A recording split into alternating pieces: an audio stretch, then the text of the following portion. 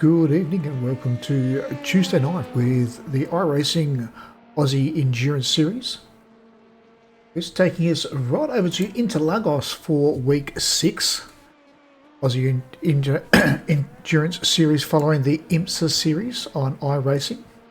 This week we are at Interlagos service the Autodromo Jose Carlos Pace, or Sao Paulo, however you want to pronounce it. This is the Grand Prix circuit layout, has been the current layout since 1999. It's 15 turns and 4.3 kilometres. This track looks very simple in its layout, but it is complicated by the elevation changes, camber changes, and the width of the track. The Interlagos was officially opened in May 1940. The track was named by French architect Alfred Arguet after the switch region of Interlagen, which is a reference for between two lakes. The land that around Sao Paulo that the racetrack was on was originally purchased and began development in 1922 for housing development. Unfortunately, funds dried up, and then after the Great Depression in 1934, the land was repurchased and repurposed into a racetrack, and it actually sits between two large lakes. And the circle was renamed in 1985 after the Brazilian F1 driver Jose Carlos Pace, who died in a plane crash in 1977. The official track lap records for the LMP2 was by Olivier Pay in the Liga in the 2014 6 hours of Sao Paulo, which was 124.916. And if anyone was watching, the WEC was actually here for the 6 hours of Sao Paulo on the recent weekend just been. And the record for the GT3 is 1 minute and 32 seconds by Victor Franzato in the Lamborghini in 2018 in the 500 Ks of Interlagos. The cars are out on track. We'll take a look at the live action now. We have a smaller grid this evening. There's, I believe, there are 8 cars currently on track. A lot of the drivers out this week preparing themselves for the 24 hours of Spa, which takes place this Saturday and Sunday on iRacing, the official 24 hours of Spa. We're currently sitting with John Filligan at the moment, running around. He's currently the fastest car on track, and it is between John Filligan and John McHenry at the moment for the top of the points ladder as well. So big fistful of points up this evening for these drivers.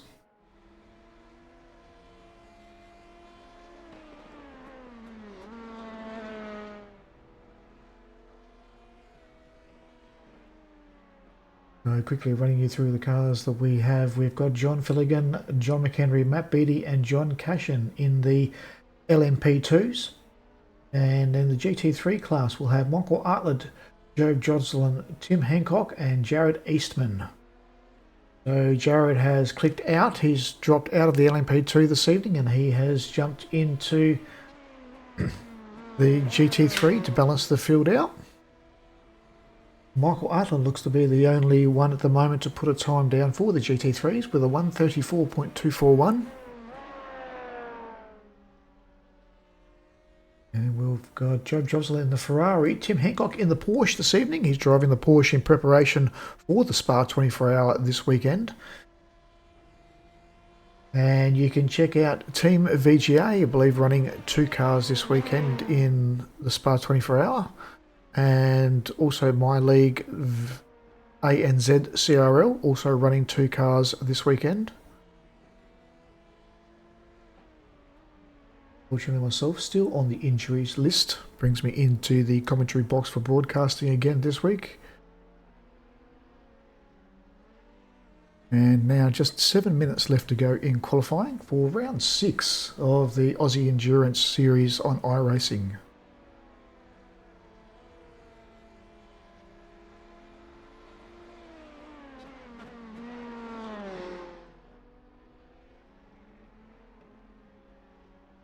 I'm parked up in the pits. Let's see if I can get myself organised here, change around, see who is out on track. John McHenry in the Locked On livery. And then Matt Beattie actually coming out on track this weekend with a sponsor for this round. So the Abbott Hine has come on board with Matt Beattie's team. Good to see him out there in a colourful car besides all black. And we'll see John Cashin in the VGA livery.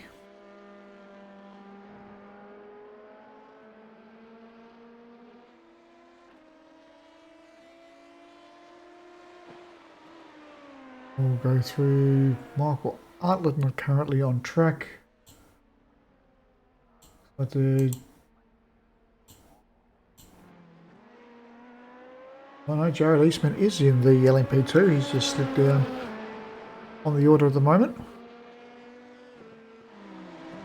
Sure why he's sitting on the bottom of my timing ladder here. So 5 LMP2s this evening and 3 GT3s.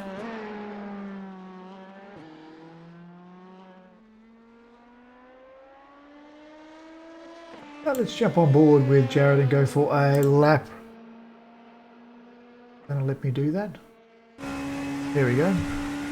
So coming down now into turn 3.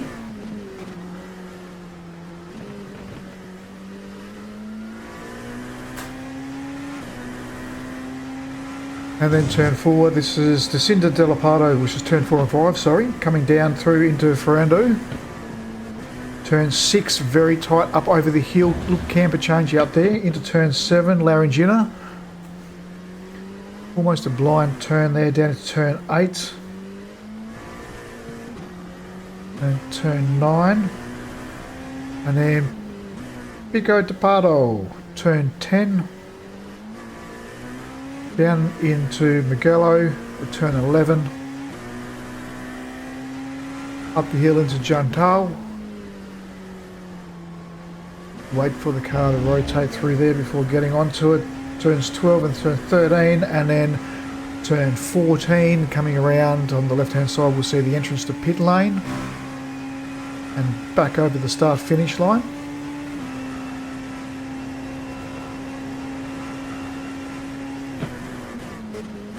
The talking points this evening is turn 1, 2 and 3 through the centre S's or the centre chicane. Curvo de Sol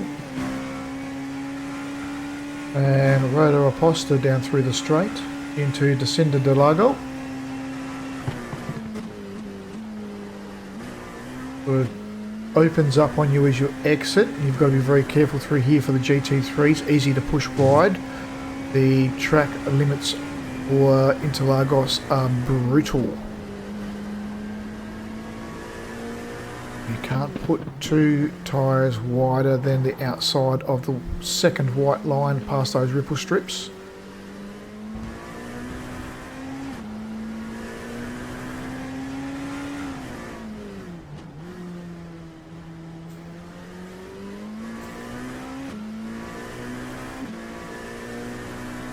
Jared doing a great job here, trying to find some pace. Looks like he's a little bit up this lap.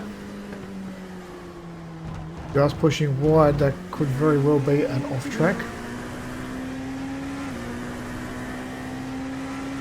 You can take a majority of the track on the inside there.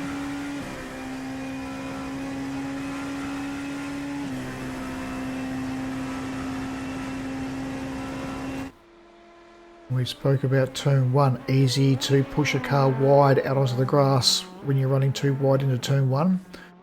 The inside car, or this car on the left hand side, has to be very conscious of the track space.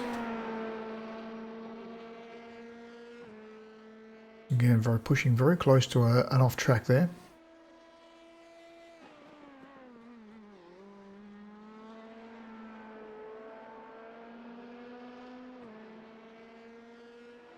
So Matt Beattie to put down a solid time.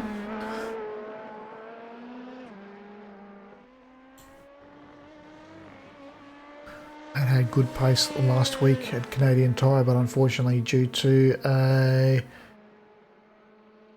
few incidents going on around the household with a phone call and some other things. He was distracted and unfortunately got taken out.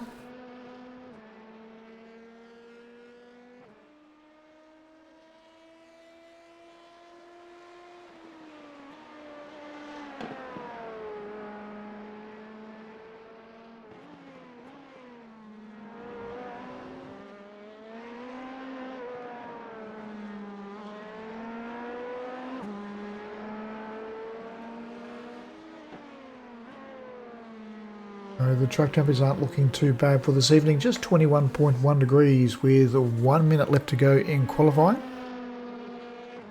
Nice to see that the track temp has come down. There was some chance of the track temp climbing, but it looks like it will be reasonably stable for the race. Tyre life and tyre temps are always a struggle around this track once the temperature gets above 30 degrees. Very easy to cook the outside right hand corners. Excuse me.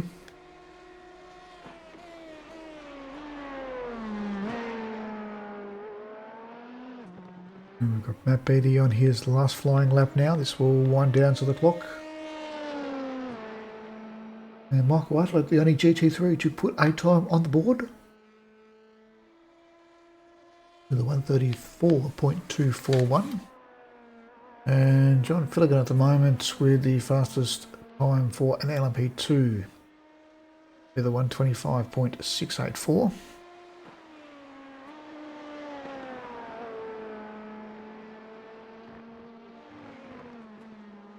Just in the closing sections of qualifying for Iracing Aussie Endurance Series, following the IMSA Endurance Series for Season 3 on Iracing. This is the first series for Iracing's AES series.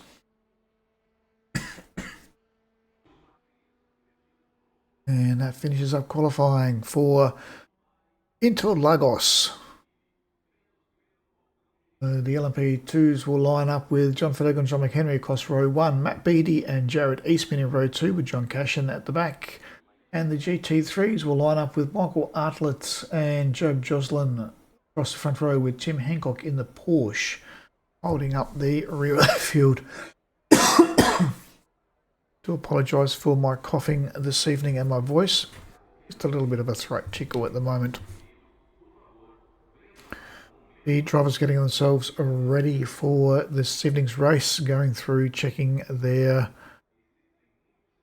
hit strategies, ensuring that they have the correct setup, making sure they've got dry tyres.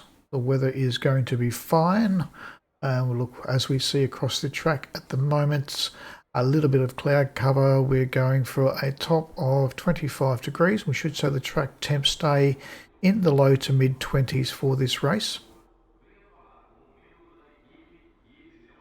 We wait for the cars to prepare themselves.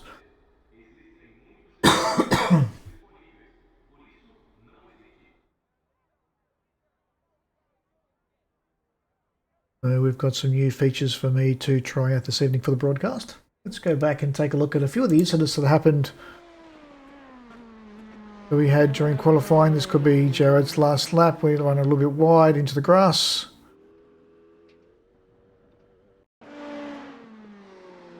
And Matt Beattie just slowing down to a stop at the end of qualifying.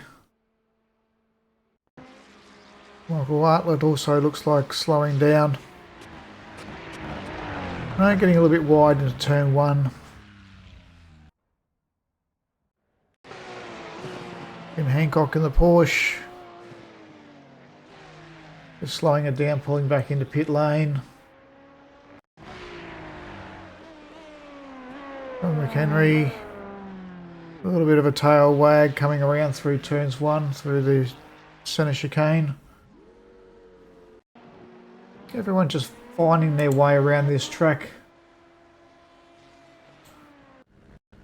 as the cars line up now, getting ready for the start of this race. We hope you enjoy the stream this evening. If you do jump into the chat, say hello, tell us who you are following this evening. I always like to have some input from the viewers.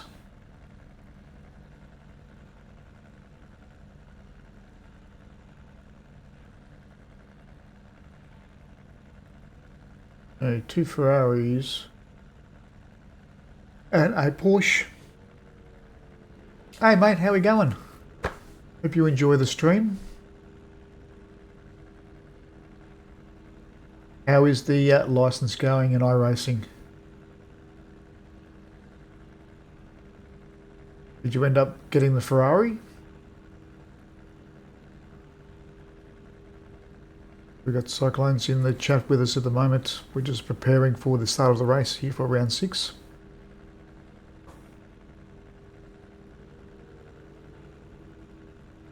We've got the LMP2s now all on track, just waiting for all cars to agree. Again, a little bit of a smaller field this evening. The drivers are preparing themselves for the Spa 24-hour this weekend. We do have a few drivers out committing to that this evening.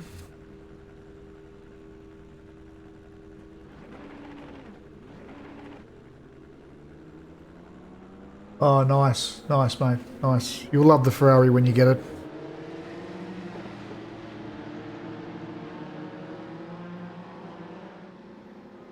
So we are coming through for the start of this race. It is a half a lap warm-up behind the safety car. The LMP2 cars have the front of this grid, with the GT3 cars around about 10 seconds behind at the start of this race.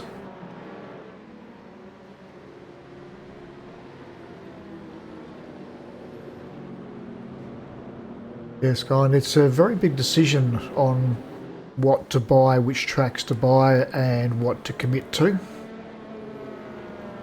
But it is a fantastic journey. You'll love every minute of it. We look forward to seeing you out here on the grid with these crew. Everyone in this group, very, very helpful.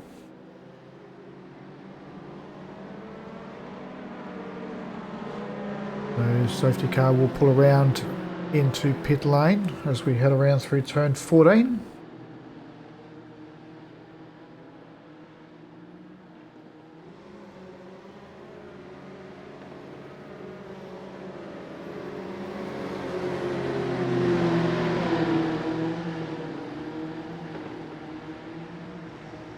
So the cars will be going all the way to the left through here to try and shorten that turn. They'll follow through the pit lane and then back out on the track through here. As the LMP2s come down towards the start-finish line, too wide through here. Plenty of room down the start-finish line, and we have green light, and we are go. John Philly's got a big jump off here. Cleanly gets into turn 1 through Shannon's chicane. And Matt Beattie just jumps in behind. The guys have all spread out quite well through here. No one got tangled up, which is great to see. Just confirm the GT3 is also doing the same thing, and we might just take a quick look at what happens here with the LMP2s through the first lap. Cold tyres, full tank of fuel, everyone being a little bit cautious through here. These cars are very lively underfoot until they come up to full temp, and then the downforce and the grip comes up to these cars. They will absolutely love it around here. This is a Formula 1 circuit, the Brazilian Grand Prix. It really is suited to the higher downforce cars.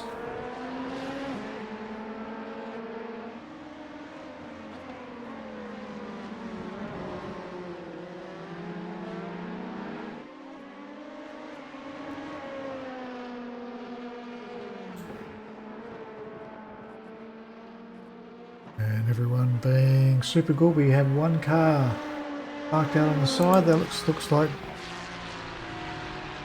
Jocelyn just getting himself a little bit loose in the Ferrari. Cold tyres on the opening lap is always a bit of a struggle around here.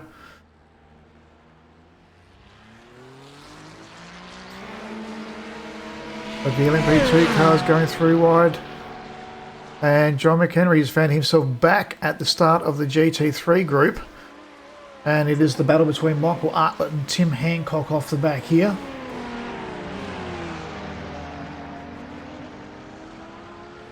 And Michael's going to have to really defend through here. Tim is a very, very skilled driver. We expect that he'll probably try and throw it down the inside into turn 4. Has a quick look for it, but just putting the feelers out there, filling the mirror in that Ferrari with the front end of that Porsche. Making sure that Michael's aware that he's all over the back of him through here. Michael just has to be a little bit comfortable. Gets himself wide through there and just that allows Tim to make the easy move up the inside. Michael just needs to regroup himself now. And remain focused, but the speed that Tim is going to have in that Porsche, Michael certainly has a challenge ahead of him to try and keep up with him in the Ferrari. Both drivers getting invaluable seat time experience at the moment for this weekend's Spa 24-hour.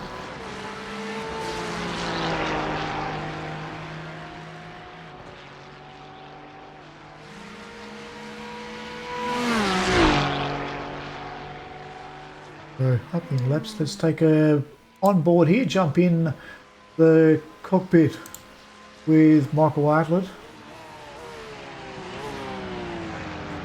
It's gonna, there we go.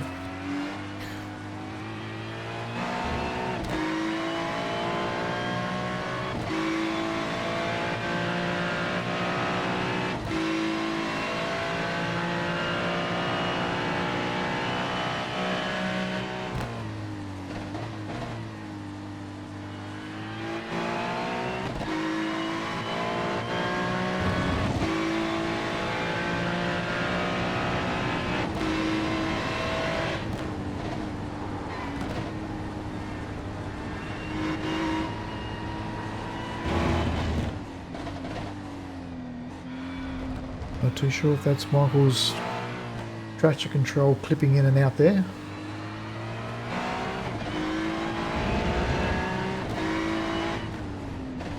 Not flicking up on the radar. We normally see the two little lights either side of the rev lighting up with the traction control.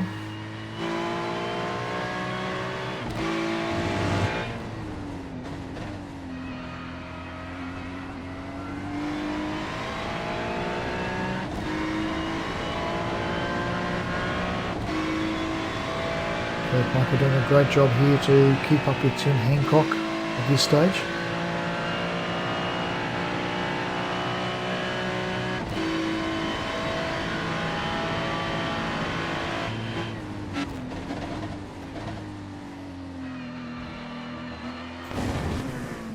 We jump aboard now with Matt Beattie sitting right on the back of John Filligan in the LMP2 cars.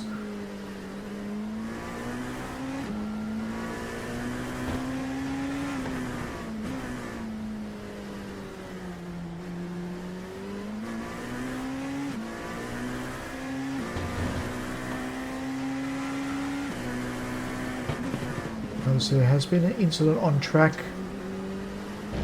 We might quickly jump back and check out the incident. The Jocelyn. Well, that's the big slide that we noticed earlier on.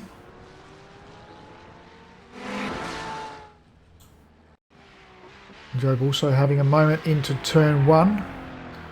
Just locking the rears, over-rotating the car.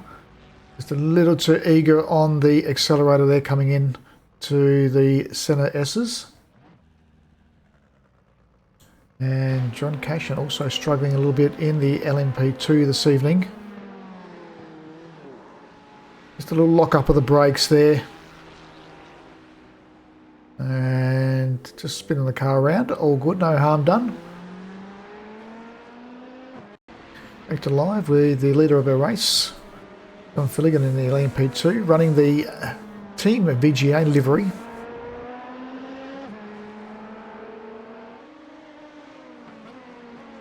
And John is at the top of the points table at the moment for this season so far, but there are 2 drop rounds to come, so it is very tight at the moment between John Filligan, Matt Beattie and John McHenry. There's only around about 22 points in it across the top of the leaderboard. Also with Michael Artlett having a strong round the last few weeks, he's also sitting up there. But it's important to get out on track and to finish the race to get your points up in this. Even myself, did manage to complete one disastrous round at Daytona, attempting to see how my shoulder would hold up. But fortunately back here in the commentary box, waiting for some recovery time.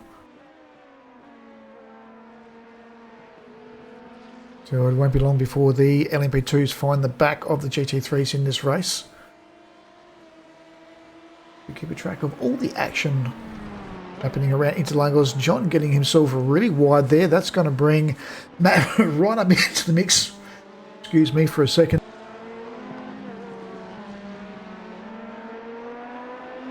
As the off tracks on this will be a talking point. John Cashin still struggling at the back at the moment. Let's take a look. That is a very unhealthy looking car. Coming through into turn 1. Just got himself too early on the accelerator through there and rotating the car around. Unfortunately, he is a long way away from pit entry.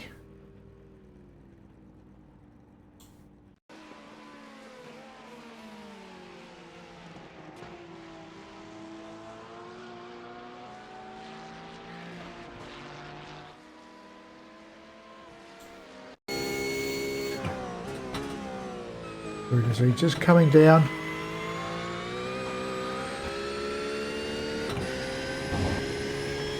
And Hancock just getting himself off track there.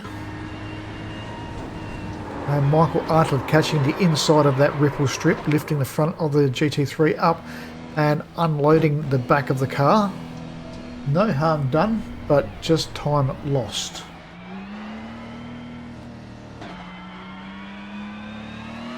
Yes, Skyline, the Porsche does look fantastic out on track. It is a very, very challenging car to drive. It is very unique in the way that the car handles and the way that you have to use the throttle and the brake in that car. It is not like any other GT3 car, that is for sure. Let's take a look at the Porsche now. We'll get out onto the camera. So Tim Hancock running around in the VGA livery for the Cayman GT3 Porsche. And Tim, one of the senior drivers with VGA, running with a 4.8 I rating, but most of us believe that if he put his spent his time in the officials, he would definitely be up in the sixes with his I rating. But spends his time in the league events here and helping other drivers through VGA.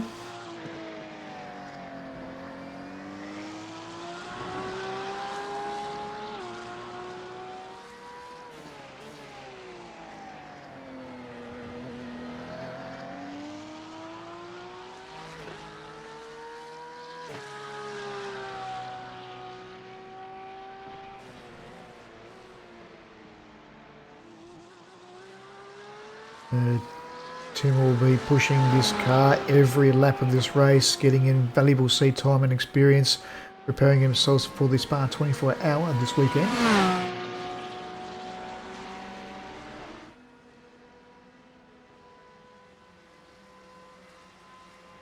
And Job Jobson also in the VGA Ferrari. And I believe Job is driving in the Spa 24 hour this weekend as well.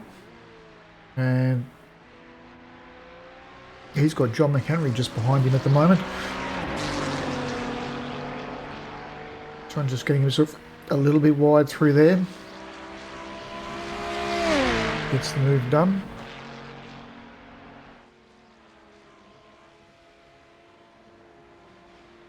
And Job just coming into the pits Must be carrying a little bit of damage.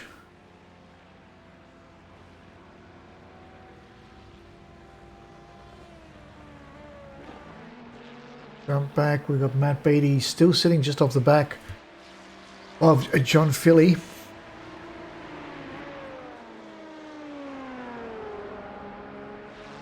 And John's made himself up through into, he's just come around the back of Michael Artlett in the GT3. So lap 9, the guys are starting to catch up to the lower class cars.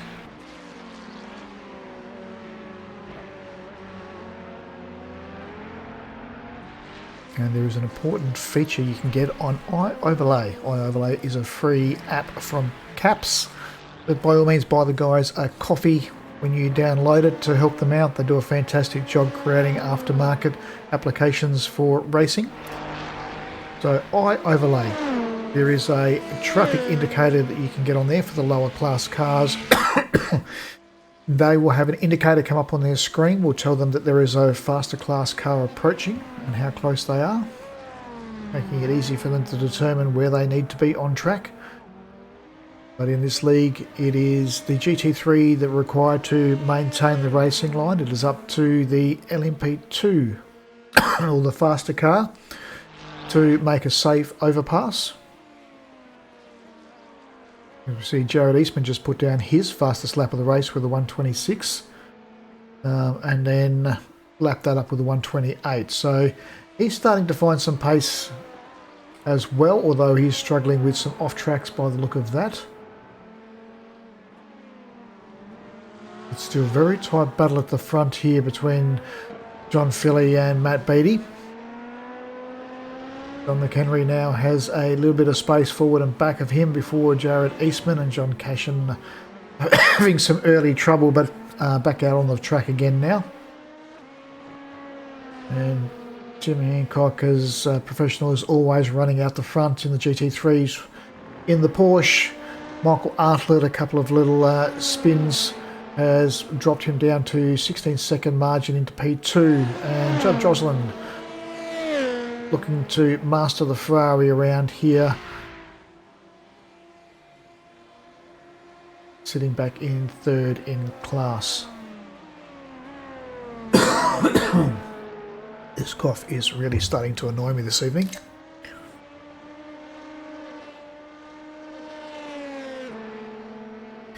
Now you're watching Iracing's Aussie Endurance Series. This is round 6 from Interlagos. It's following season 3 for the Iracing IMSA Endurance Series. And this is a 2-hour race this evening. We are 15 minutes in, so 1 hour and 45 minutes to go. The following rounds will be reduced down to a 90-minute event to assist with some of the drivers dealing with families and other situations around the household, ensuring that they get everything sorted. Ooh, very close moment there to the front of Job's Ferrari. There was almost an incident there. Job must have been holding his breath when Matt just pulled across there. But it has been a talking point, the Sector 2 around Interlagos, very tight left to right sections.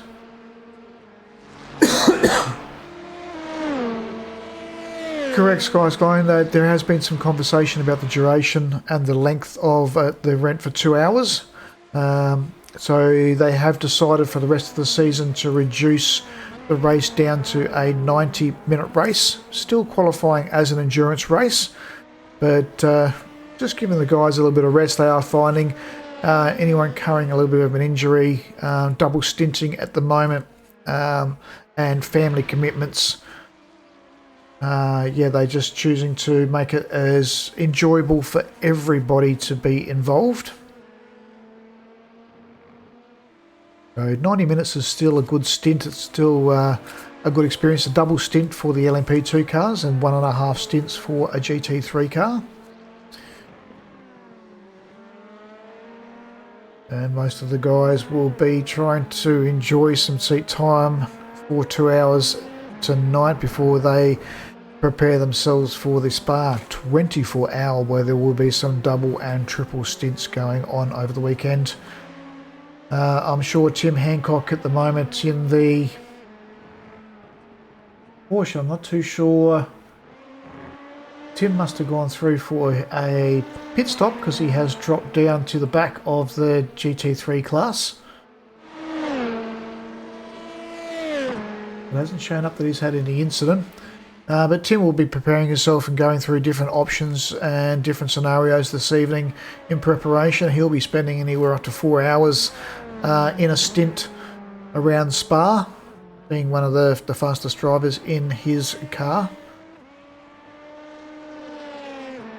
And for anyone who hasn't done a 24-hour event, it is absolutely amazing experience. Do put it on your bucket list. I was lucky enough to join Team VGA for the Daytona 24 hour at the start of the year. It was an absolutely unbelievable experience. And also with ANZ CRL, I completed the 12 hour around Bathurst, which again was another absolutely fantastic experience. Riding on board at the moment with Matt Beattie. Just sitting 2 seconds off the front of this race at the moment. The car's looking a little bit nervous through here. Track temps have risen a little bit, but still should not be causing any issue. The drivers will have to be conscious. And so John Cashin's still struggling. We'll take a look. Oh, lots of damage on the front of that car. That may actually be a little bit of a glitch in the system. He may actually have a front wing on that car. Looking at the turn in, it looks like it's not handling too bad. So that could just be a glitch from his previous pit stop.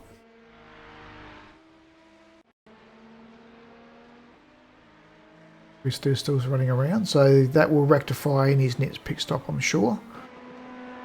Sometimes the graphics don't quite catch up to the real time.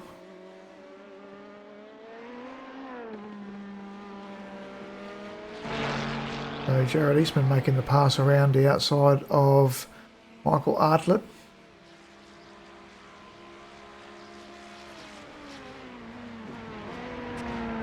Jared in a fantastic Dr.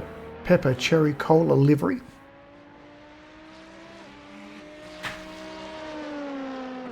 Was running the Ferrari earlier in the season. He had the Deadpool livery on the Ferrari in the GT3 class before moving up to LMP2. A very bright red livery.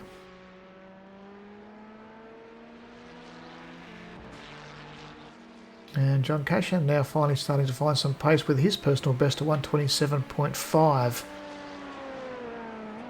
A little bit of fuel out of that car and a little bit of confidence back up. It goes a long way around here. Very, very tricky circuit.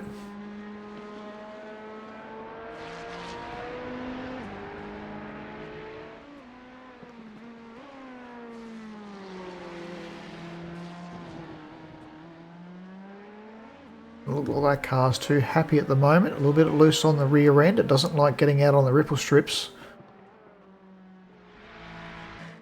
It could be something in the setup for this car. Normally they have downforce on these would make these things stick to this track like glue.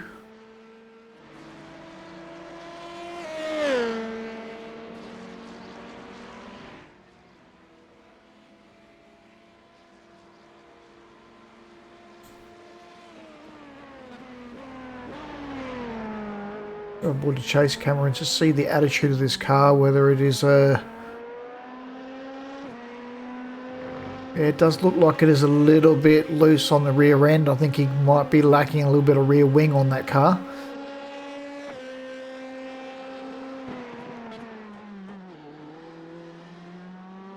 Car reasonably solid under braking.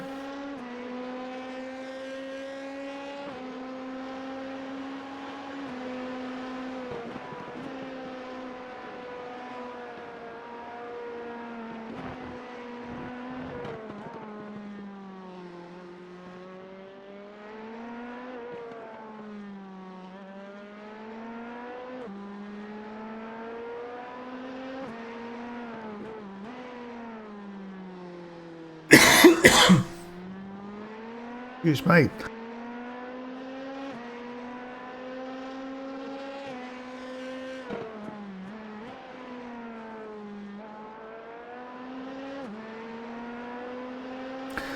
So I think something, a little tweak in the setup to try and help it with some mechanical grip for the lower speed corners would be helping Jared at the moment, but he will just have to drive with what he's got.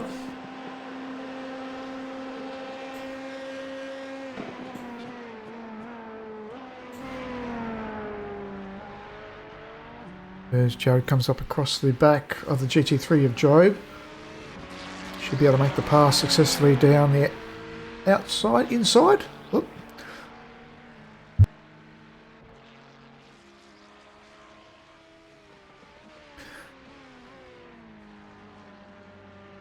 And cleanly makes the pass down through right up past to straight. The car's pretty well spread out around the grid now. John Cashin looks like he's still had a little bit of a moment.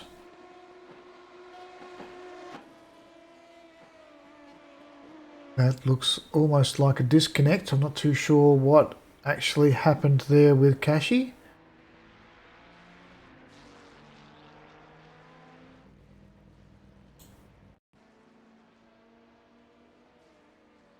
And Kashi may be in the pits at this stage. We'll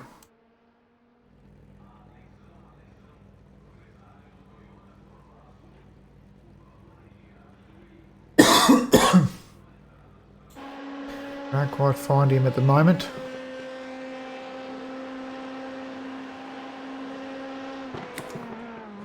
It looks like a disconnect, unfortunately, for John Cashin. But he can reboot and regain, come back into the lobby. And Jared will want to be careful, that is potentially an off track if you don't get back onto the black stuff before the end of that ripple strip out of turn 3. Let's take a look at how our leader does around a lap here.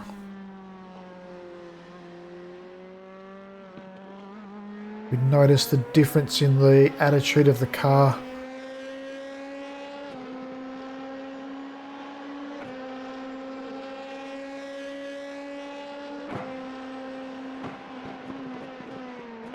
John's been finding some good pace in the LMP2 over the last few weeks.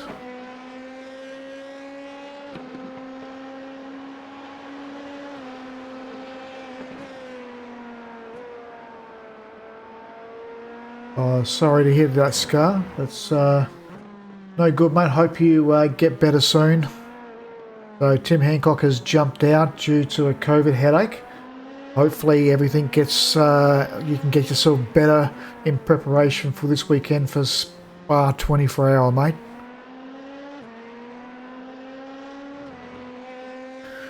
But just riding on the back of John Filligan at the moment, looking at the attitude of the car. We've seen a couple of the LMP2 cars obviously having some issues with their setup.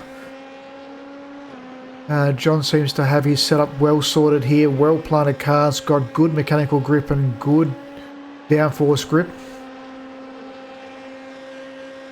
And John just needs to maintain his level of focus here now.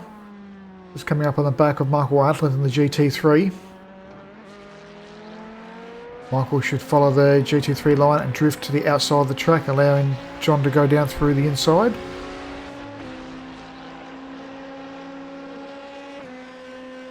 And track temp's 23.3 at the moment, a little bit cold for Interlagos. We normally see the track temps up around 30. That could have been an off cut for John almost. Normally with Interlagos you're normally talking about protecting the outside tyres. The front right takes some absolute flogging around here, and the rear right, especially with the GT3s, easy to light up the tyres and overcook it.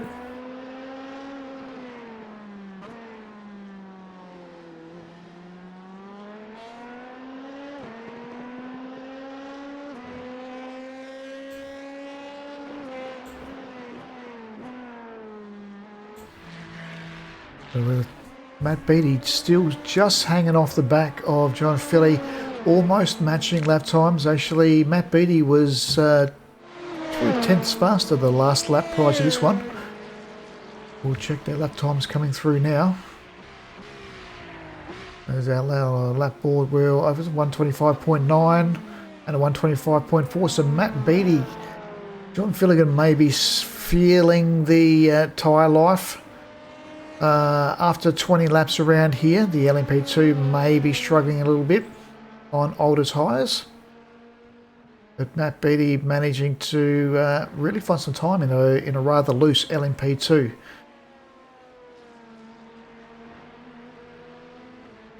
They do want to be careful through turns 3 and 4. They're easy to get an off track. Don't want to be too wide around through here.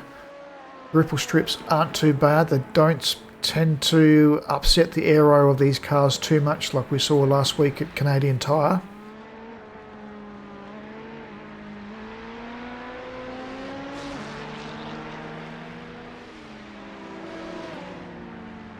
And just being patient here, he's just got to wait for the opportunity through there. Joe does the right thing, stays to the outside, and Matt just slides on down through. The margin now 2.5 seconds between first and second in class and first and second on track.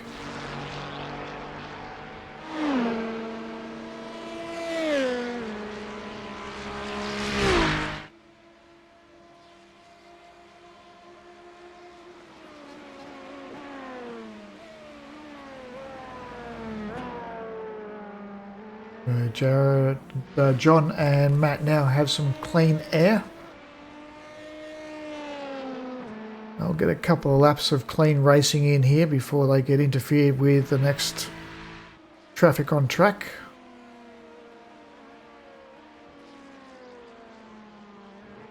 John just manages to scratch a little bit back on that last lap, 3/10 faster.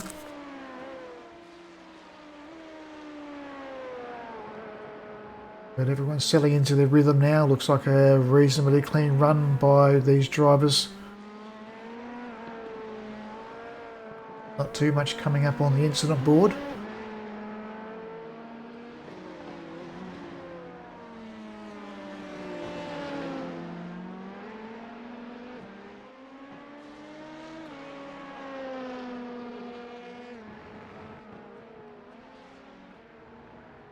Yeah, most of the incidents are simple off tracks or just over braking. We've seen a couple of incidents where they've been a little too eager to get back onto the power. Got to be very conscious through turn 1.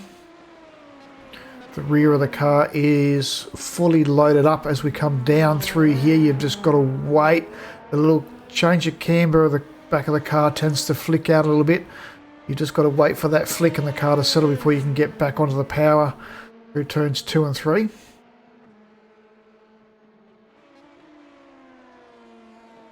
Want to be right to the outside of the track as we saw there with Matt. Again, out wide through here, back in tight. You can let the car drift out. The GT3s really do want to understeer through there. A little brake and a lift for the GT3s through here, but the LMP2 is pretty well on it. John Philly just cementing his authority at the front of this track with a 124.9, his fastest lap of the race at this stage. Still a little bit off his personal best, but Jared Eastman having some trouble. So let's jump back to see what Jared's been up to. Again, turn 1 by the looks of this. Oh, where are they on track here? Oh no, that's a big loss.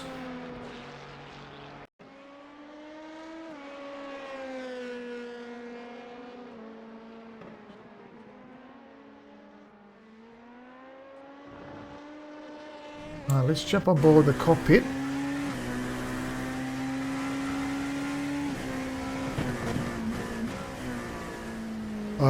Just missed his braking through there. Had to go a little bit wide. That's coming down into turn 12. So got a little bit deep on the turn in, turned in, tried to get back onto the power and over-rotated the car. That is very, very easy to do in there. And into the pit stop for him for a fresh set of tyres and a full tank of fuel.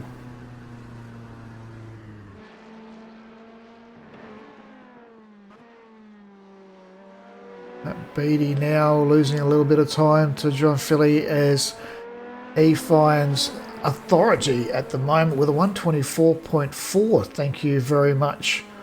John McHenry finding some rhythm too at the moment, back in third position. He's got a 124.8.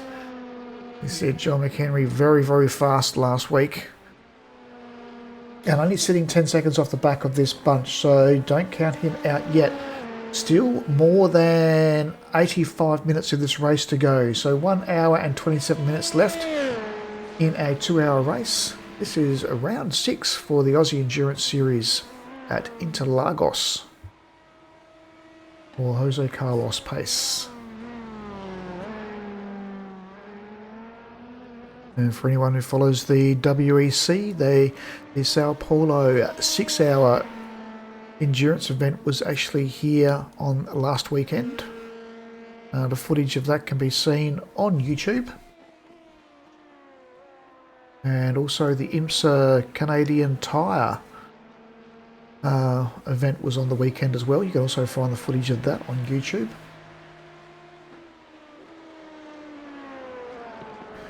John McHenry now throws down the fastest lap of the race with a 124.55, as Jared Eastman is still struggling, losing the rear again. So let's take out John McHenry.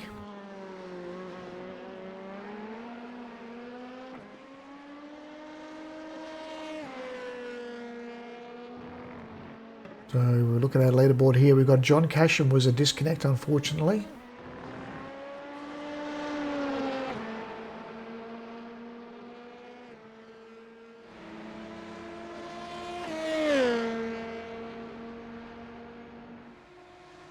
Hello, Emery Thomas.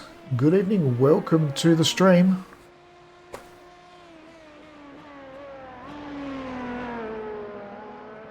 Hope you're enjoying the footage for the Iracing's Aussie Endurance Series.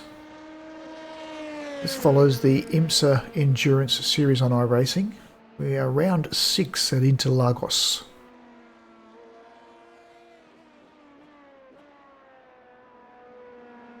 Currently riding aboard with John McHenry. We've got Matt Beatty with a personal best of 124.68 his last lap.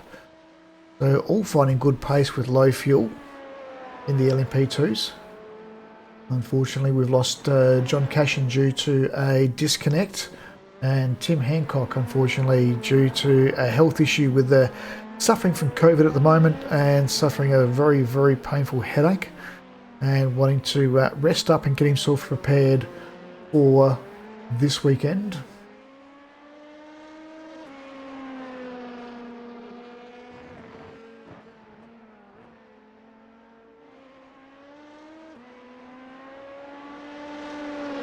Emery Thomas, are you asking for the chat to be displayed onto the broadcast screen?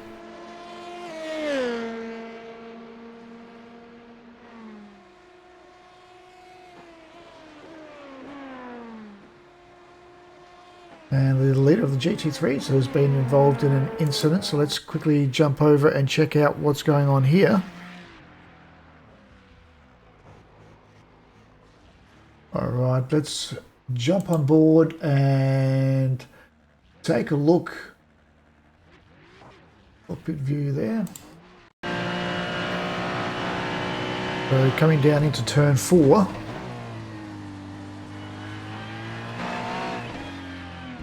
Just a little eager onto the accelerator there. And lighting up the rear of the car. We can see the camber changes. The road actually pushes out through there. So we'll show you that again. The camber changes out. You really need to be out to that outside ripple strip and on and straighten the car up on the downward run before getting heavy back onto the power. So that is a very easy mistake to make.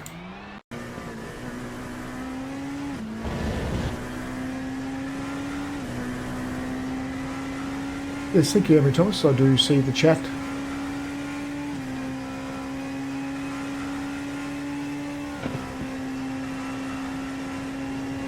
How are you this evening? I hope you're enjoying the stream.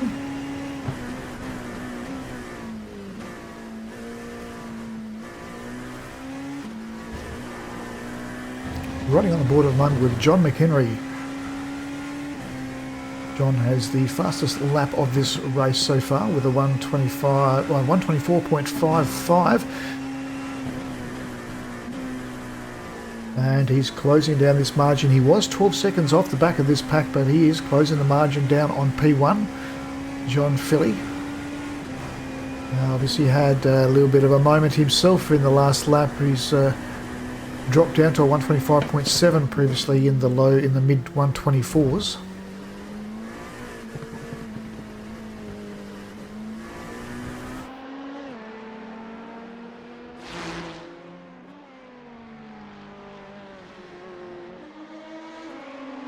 And we have Matt Beattie pulling up onto the barrel of Jared Eastman. Oh, a very nervous moment there in the LMP2. Tucking it deep down the inside. Not wanting to get involved with contact. Jared Eastman obviously not enjoying the car this evening.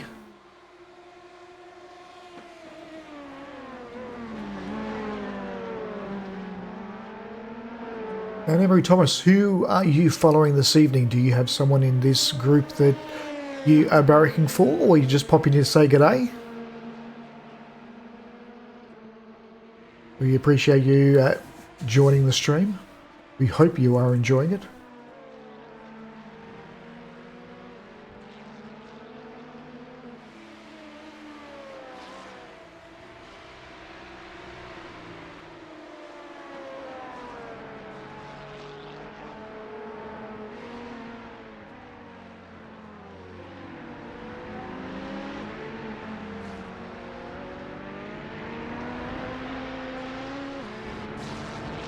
And Matt Beattie on a march here at the moment, although John Philly also punching down a personal best with a 124.8. He's not quite done with the pace out the front yet, but the LMP2s must be getting close. I think it is around about 32 to 35 laps before they will be required to take in fuel. Could be around about 45 minutes, so another 5 laps or so. Another 5 minutes or so, we're sorry. I see a lot of weaving and that going on in the background.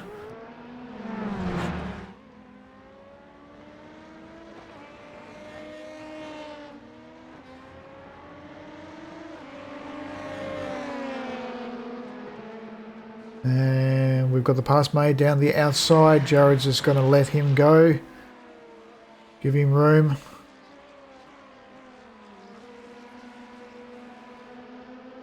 And John McHenry on the march now, closing right up onto the back of Matt Beattie. Can see the tail lights of the LMP in front of him.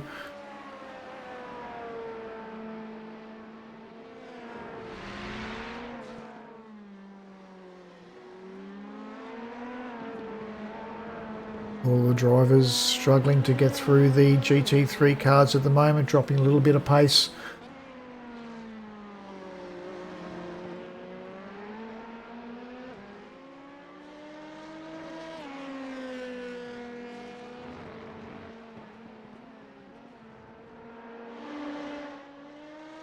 And Michael Adlett off into pit lane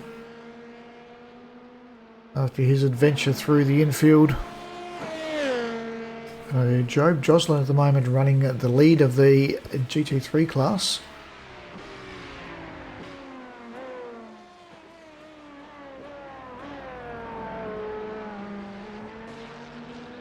And we can see the cars up in front of John McHenry. That's Matt Beattie And eyes on the prize at the moment, as this could be the battle very soon for position in the LMP2 class. Second and third on track. Successfully make a pass Job there, just giving them space.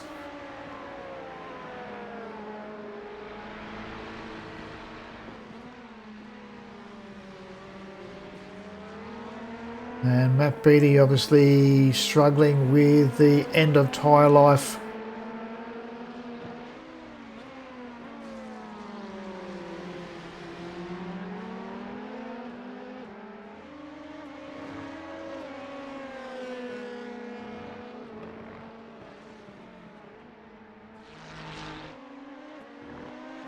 He's dropping a lot of pace in this car at the moment. John McHenry is going to be right off the back challenging in this next couple of laps.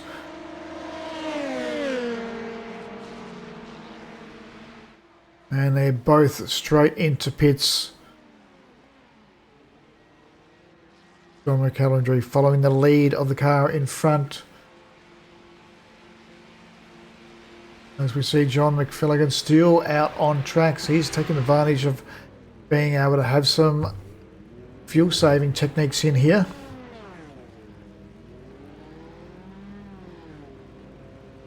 Where you can see John McHenry got it in first gear, he's got it revved up, ready to go. He wants to take the launch out of pit lane here. Just sit with these guys and see how they've gone. It looks like Matt Beattie is going to get the jump. He came off the jacks first. Tyres are done, the guys are now refueling.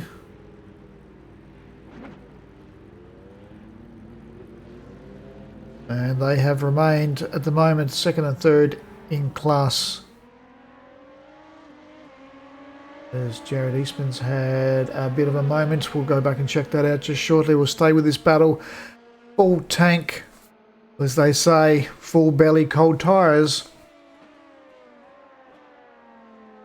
Both drivers will need to be a little bit patient on this outlap, waiting for the temperatures to come up in these cars.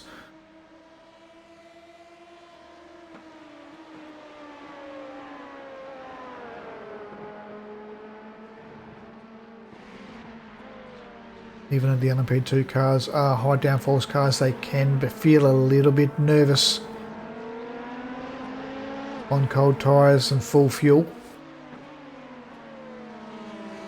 Track temp 23.9 degrees now. They should come up to temp in about a lap and a half. Shouldn't take them too long.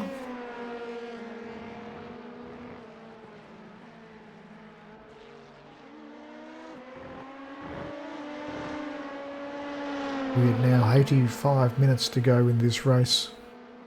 Sorry, 75 minutes to go in this race.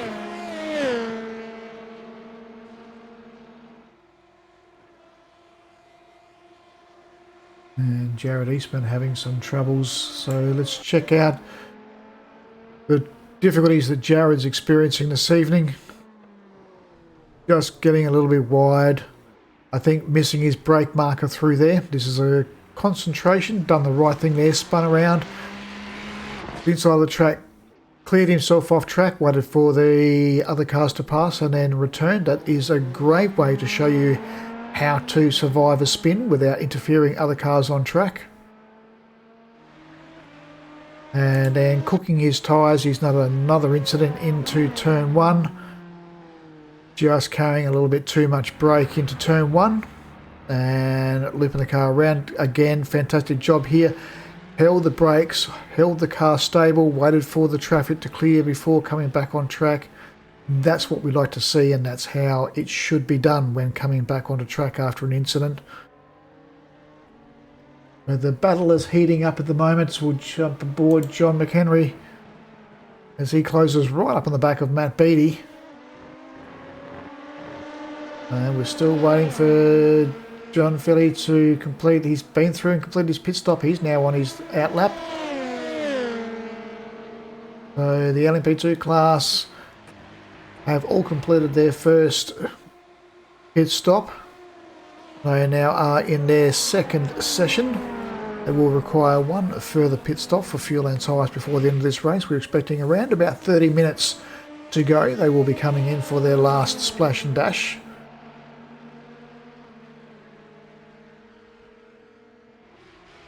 Both drivers will now need to focus through here. They've got Michael Hartlett in front of them in the LMP3 Ferrari.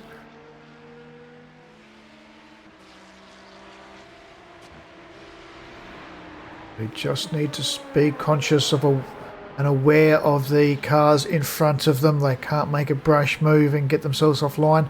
You can take yourself and the other car out. Michael does the right thing and moves to the outside. Lets the two fighting drivers through.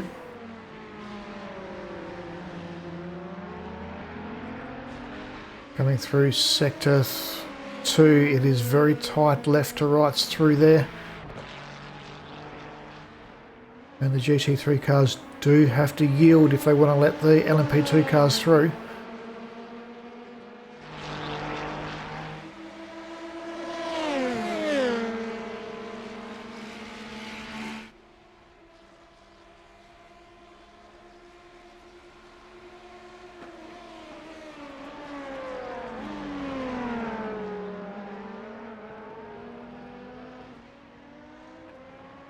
We've got a better drive through turns 2 and 3. He's going to have a little bit of a draft through here. Is he going to try and throw it down the inside? He's got the overlap and gets the move done.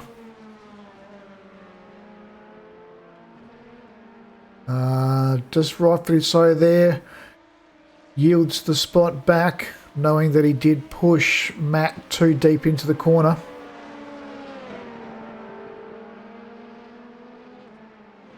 So respectfully there, just giving the position back.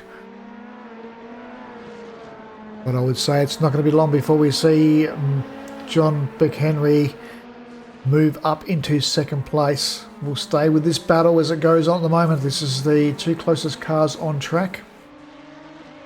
We have a reduced field this evening as most of the drivers are out this week preparing themselves for the Spa 24-hour this weekend. But it's not taking away from the quality of racing, as we see John McHenry and Matt Beattie fighting it out at the moment for second in class for LMP2, and this is outright position on track. So we see the number 511 car currently sitting second and the 117 car in third. And it's great to see Matt Beattie having a livery this week. Sponsors have come on board to help him out. His team was driving without a sponsor for the first few rounds. But they've noticed the quality of his driving and sponsors have jumped on board.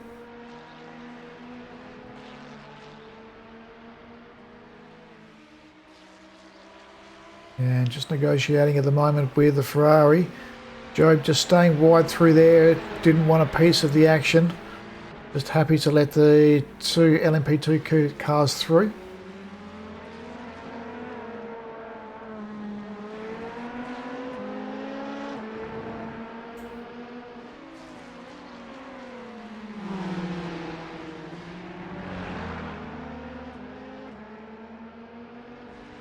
Both drivers doing well through here.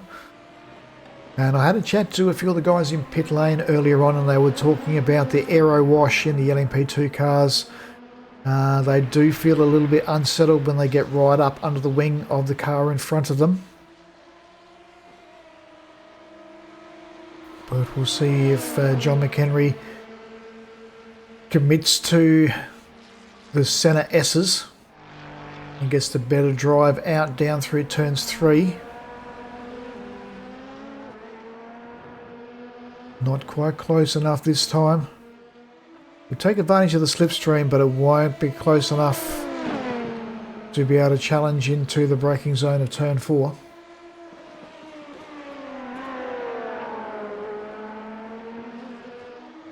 Both drivers just satisfied to drive with each other at the moment. They should be working together to try and catch up to John Philly.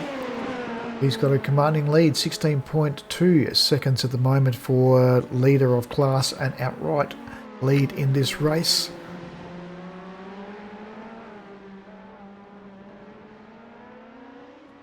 But Joe Johnson doing a great job at the moment, leading the GT3 class over Michael Artlett.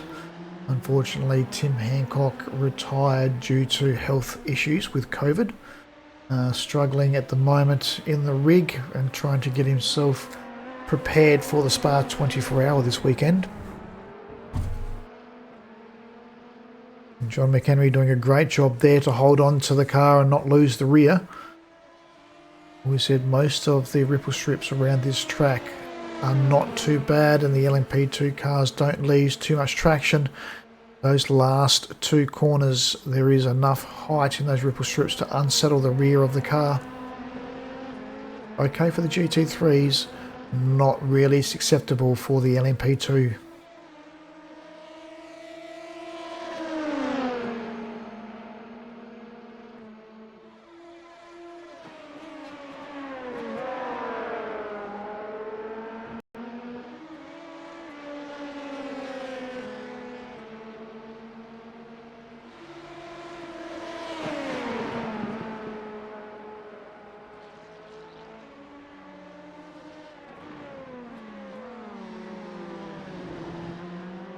Hey Stickeasy, how are you this evening, mate? Thank you for joining the stream. Hope you're enjoying it.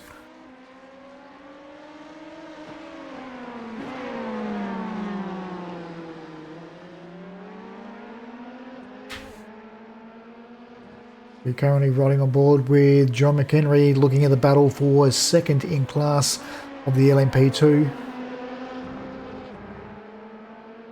At the moment, holding each other back. They really should be working together to try and close that margin up to first place. John Philly getting himself a 16-second margin now, with these two drivers fighting amongst each other.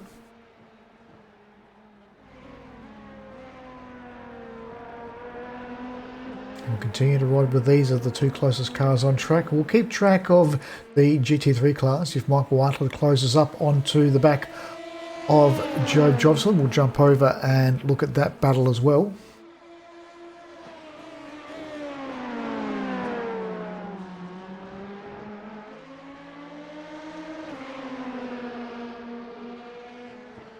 All good, mate, all good. It happens to the best of us.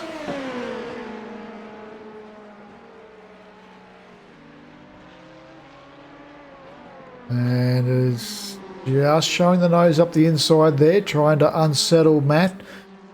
But Matt said, no, I'm going to stick to my line here. I can see you're there, but you're far enough back that I don't have to make any movements. I can stick to my racing line.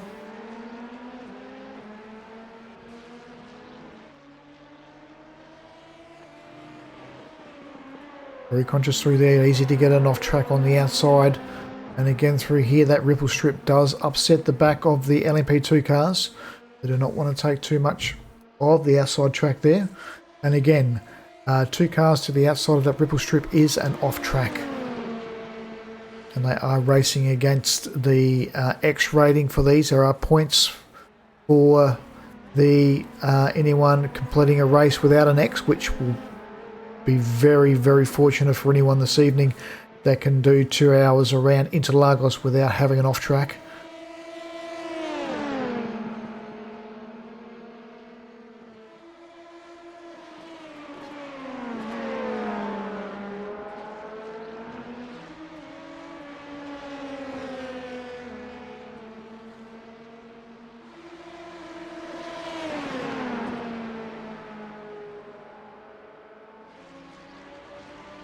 A great opportunity to watch these drivers, see how the cars are reacting. And if you were in this situation, what would you be doing? Would you be just satisfied to sit off the back?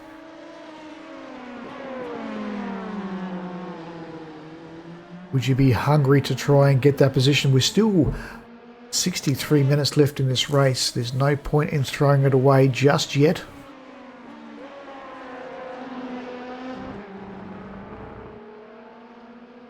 But if you're a designated racer and you just have to fight for that position, even the most calmest, most successful drivers can have rash moments when they think that they just need to gain that place and get track position.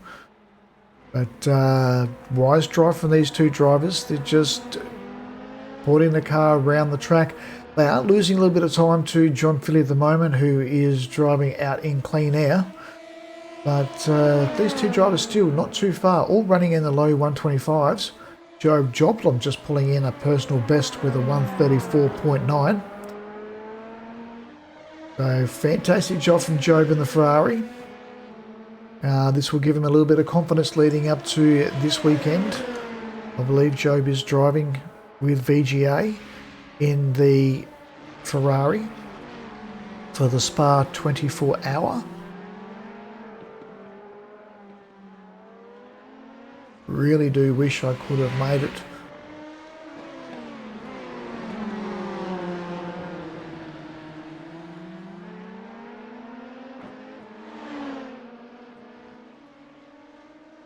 Unfortunately, a shoulder injury for me has me out of the rig for driving at this stage, and especially for enduro events. But working with the physio and doing some gym work, and hopefully in around about 6 to 8 weeks I should be given the okay to be back in the rig again. Hopefully be back for the Fuji 8 hour. Not sure if I'll make the Bathurst 12, the Bathurst 1000. But definitely the Fuji I'm keen for this year.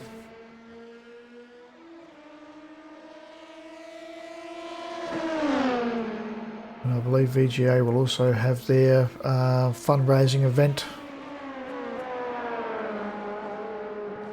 in October.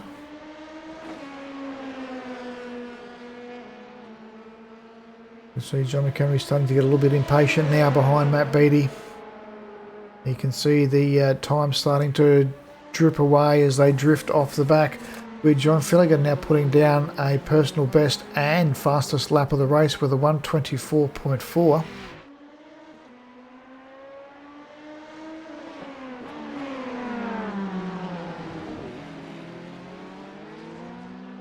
And John is very much putting the front of that LMP2 right up into the mirrors of Matt Beattie.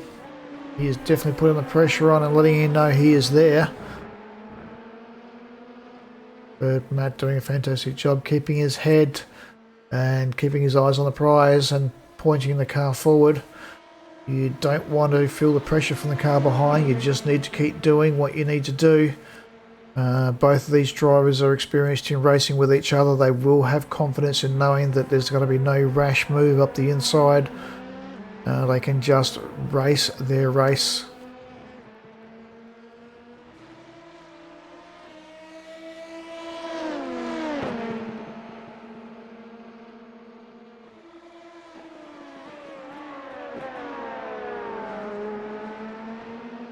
You're enjoying this action this evening and you want to get involved, then look us up on Iracing Aussie Endurance Series, or look up in Discord for the Aussie Endurance Series,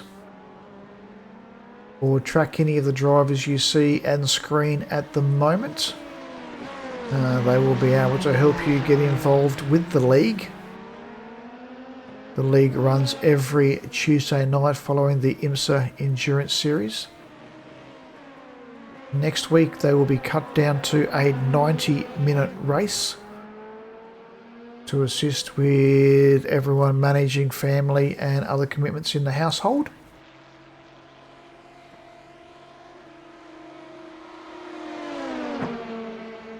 I'll take a look at the season schedule. So next week, July 23rd, they will be at Fuji Speedway, and that will be no chicane. Professionally, I prefer the chicane at Fuji. It just adds that extra spice into the circuit. But Fuji Speedway with no chicane for July 23rd. On July 30th will be Road America full course. August 6th, Circuit de Barcelona, Catalonia, the historic circuit. August 13th will be Le Mans, August 20th, Virginia International Raceway. And the final event, week 12, will be August 27th, Circuit of the Americas. We just see the guys just move through. Michael Artlet. Easy done now without losing too much pace.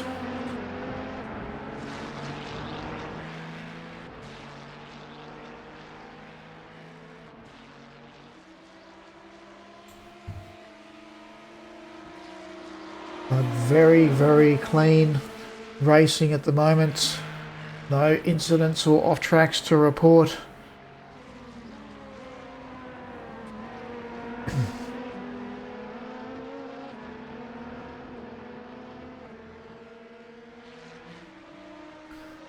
Hopefully Jared has found himself back out on track. After his required pit stop.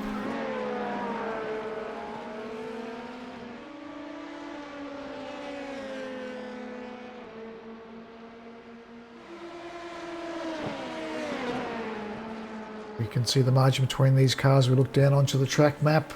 We are following the orange label around the track at the moment, which is John McHenry in third place. In front of him is the blue 2, and they are hunting down P1, which is the blue one coming around turns 13 and 14 towards start finish line. So that is the margin between 2 and 1. So John Philly just coming down through centre S's now, and just coming around through turn 13 and 14. That's the margin on track. In the GT3 class, we see at the moment just pulling up on the back of Joe Joslin. A little nervous moment there. Both cars out braking themselves, putting some pressure on Job. It's really up to the LMP2 cars to make the move. They shouldn't have expected Job just to move out of the way for them. He has the right to remain on the racing line. That has brought both the cars up, and he goes for the move down the inside, and this time makes it stick. John McHenry now moving up into second place.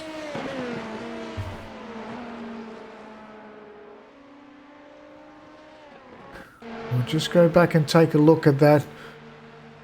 Coming down through here, the GT3 has the right of way to remain on the racing line. He does get himself a little bit deep through there.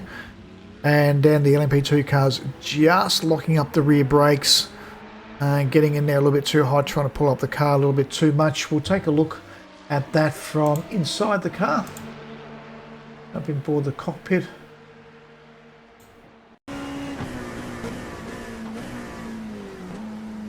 You can see still on the brakes through there.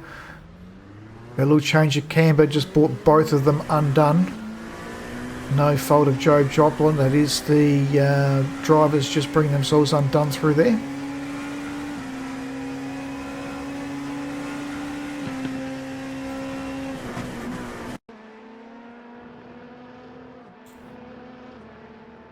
We now jump on board with Matt Beattie, seeing if Matt can match the pace of John McHenry. Looks like John is going to march away now. He has got some clean air in front of him.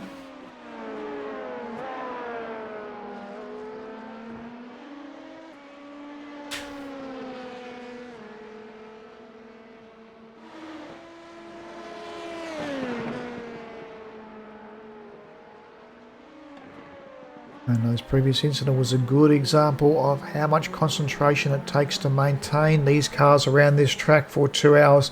We have 53 minutes to go of this 2-hour race here on Tuesday at Interlagos. The track temp is now 25 degrees. But still not too bad. It won't be affecting the tyre temps too much in these cars. Track is renowned for chewing the right hand side front and right hand side rear. More so in the GT3s as they put a lot of pressure on the outside of the car through the tight left-handers. But big shout out to Jug Joplin doing a fantastic drive out the front at the moment. Managing to maintain that lead.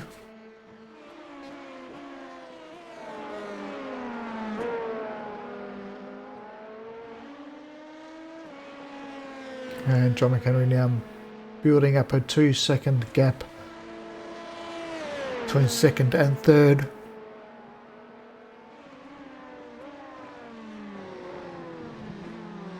John McHenry now got a big ask in front of him, a 21-second margin up to John Finnegan at the front of this race. He's having a commanding drive this evening.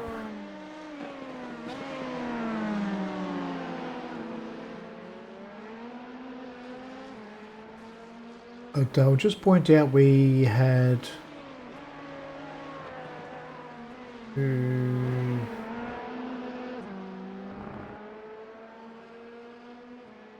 timing's not quite accurate.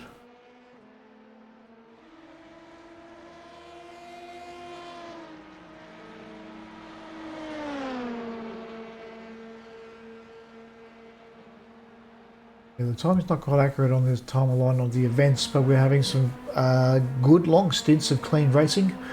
There's not too much to report at the moment from events around the track. Let's jump on board with our leader now. John Finnegan having a commanding drive out the front of this field.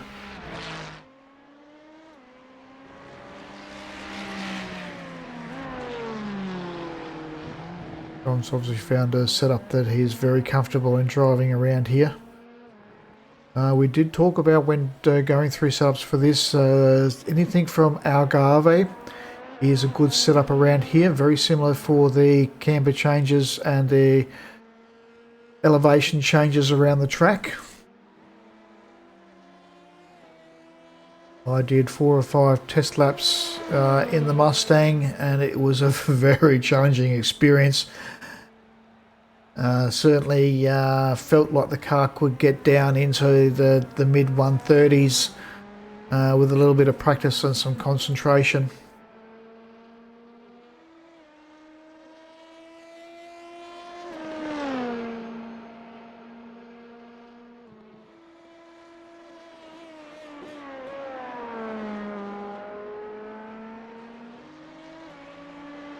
We'll jump aboard with Michael Artlett, just again getting the inside ripple strip and unsettling the car through there. Let's take a look at what that might have looked like from inside.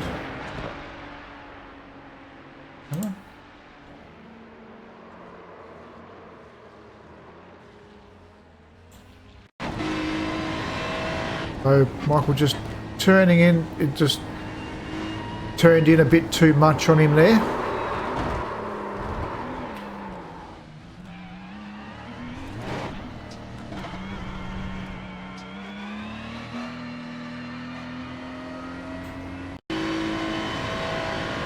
So let's stay with Michael and let's see what the racing line should look like when you're coming through into turns 6 and 7.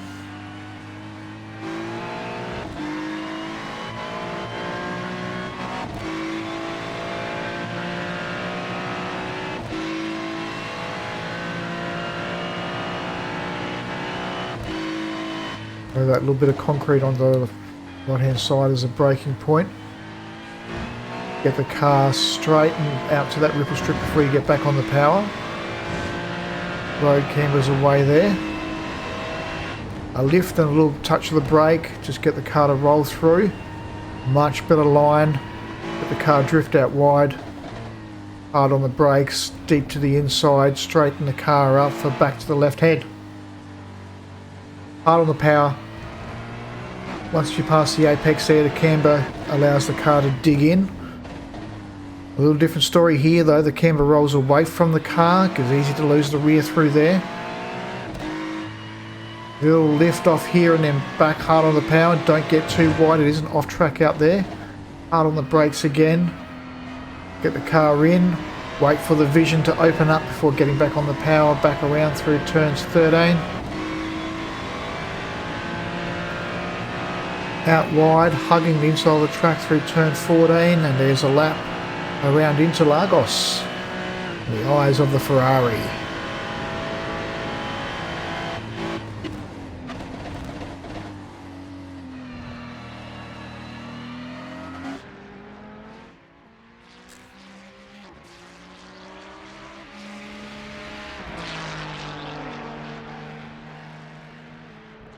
You see John Philly just coming through now.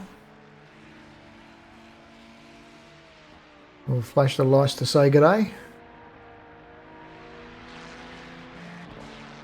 Both John and Michael are two of the people responsible for bringing this league together.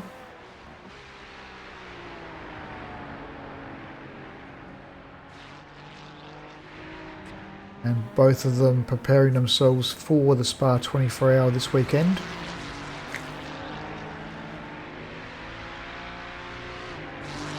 As we jump on board with Job, and we should see the two VGA liveries in the Ferrari and the LMP2 coming past each other.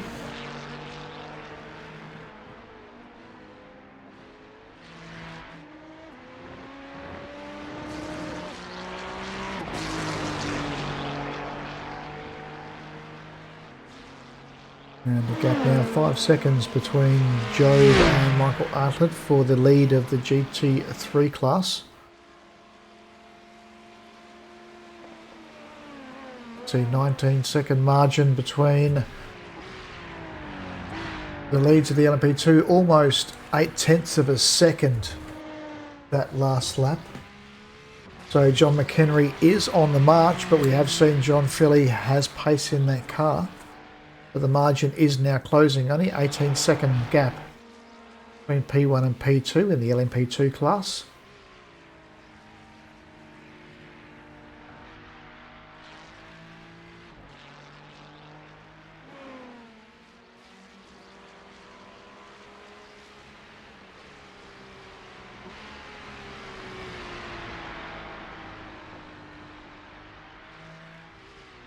And if you're in chat and join the stream, then let us know which of the liveries you think is the best this evening. Obviously there's the Veteran Gaming Australia livery for the Ferrari. That will be out on track this weekend to Spa. We've got Michael Artlett in his custom livery. It's Mr. Bunyip.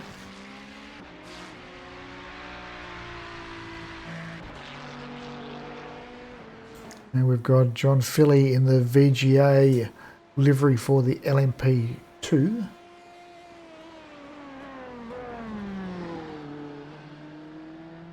Listing all the sponsors for Team VGA.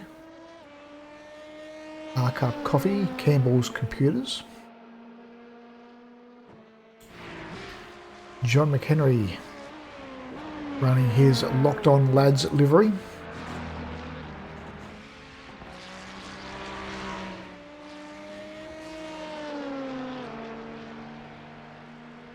Again, 0.3 a lap faster that last lap than John Philly.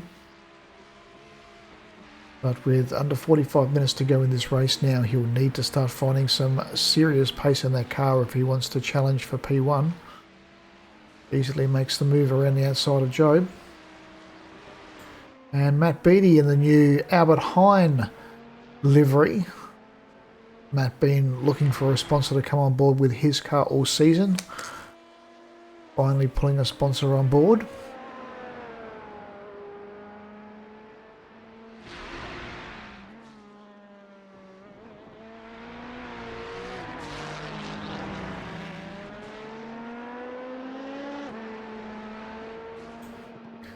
And the final livery this evening on track is Jared Eastman in the Cherry Cola Dr. Pepper livery.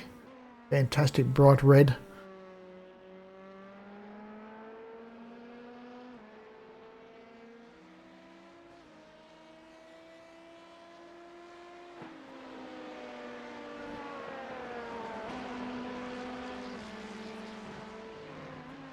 Some of the names you'll see these guys around the chat in. Stick Easy is Jared Eastman.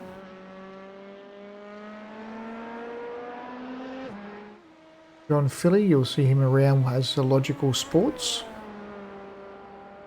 Oh dear, we have a situation between both of the GT3 cars. So we've got Job coming down into turn 1, overcooking the brakes. Just wagging the tail out, and I think we've got the very same situation going on.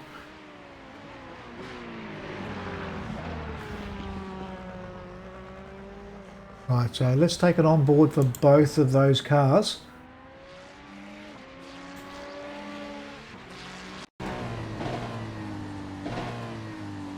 The downshift for Job should have stayed in second gear. The downshift is just enough to unsettle the car. You can see Michael. Michael already over-braked and lost the rear of the car. I will show you that again. Just a little heavy on the brakes at the top. That'll change a camber on the road. Manages to pull it up. And now takes the lead of the GT3 class.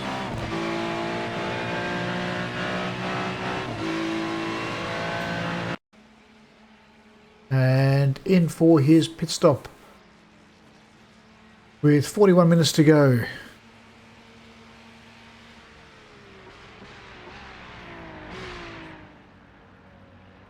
And Job has gone back to the lead of the GT3 class.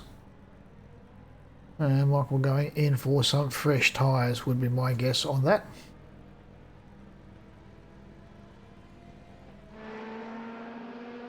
John McHenry on the march at the moment, closing that margin down to John Philly, but with 40 minutes to go, there will be one more pit stop in around about 10 minutes. They would be inside their pit window to take a pit stop at any stage from now. Full tank of fuel and fresh set of tyres will take them through to the end of this race, but as we have seen, they can make good time advantage on old tyres. And they will probably be trying to stay out as long as possible.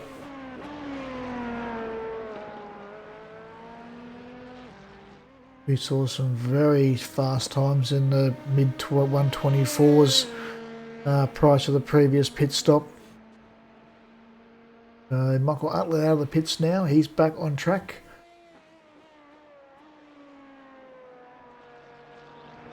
But all of the drivers having a great race. We haven't seen too many serious contact with the wall. Most of the drivers being able to collect the car and get the car safely back on track. All the drivers doing a great job in holding their brakes and keeping it together. And just being patient and waiting for traffic to pass before rotating the car back onto the circuit. John McHenry now just coming up on the back of Michael Artlett. Just sits patiently out there. He will catch him down the start-finish line through turns 13, 14 and 15.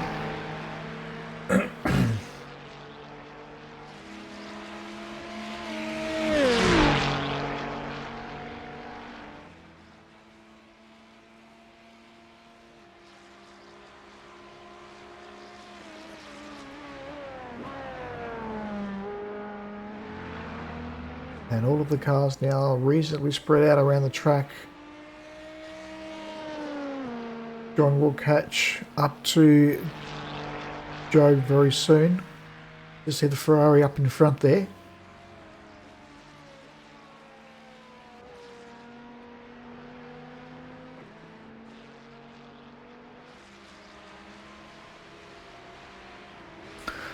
So I hope you're enjoying the stream this evening. 38 minutes to go.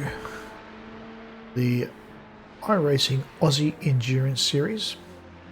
The league event was successfully making a pass down the inside But that 18-second margin is remaining fairly consistent, and I think he's just going to have to be satisfied with P2 in this race unless something drastically happens to the driver out front. But John fairly commanding drive by him this evening.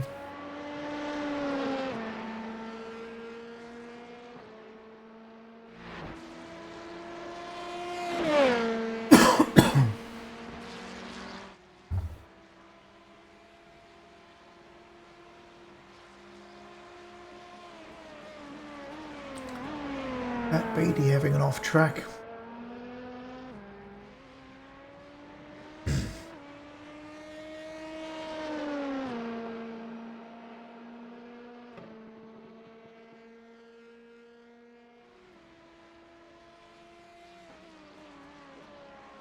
And Jared Eastman has lit up the highlights reel, just locking up the brakes through there. I'll show you that again. You can see the front wheels stop rotating, the rear wheels stop rotating through there, sorry. Locking up the rear tyres. I just watch the rear wheel. Completely stationary and steps out to the rear. Easy enough to do in these cars, no worries at all.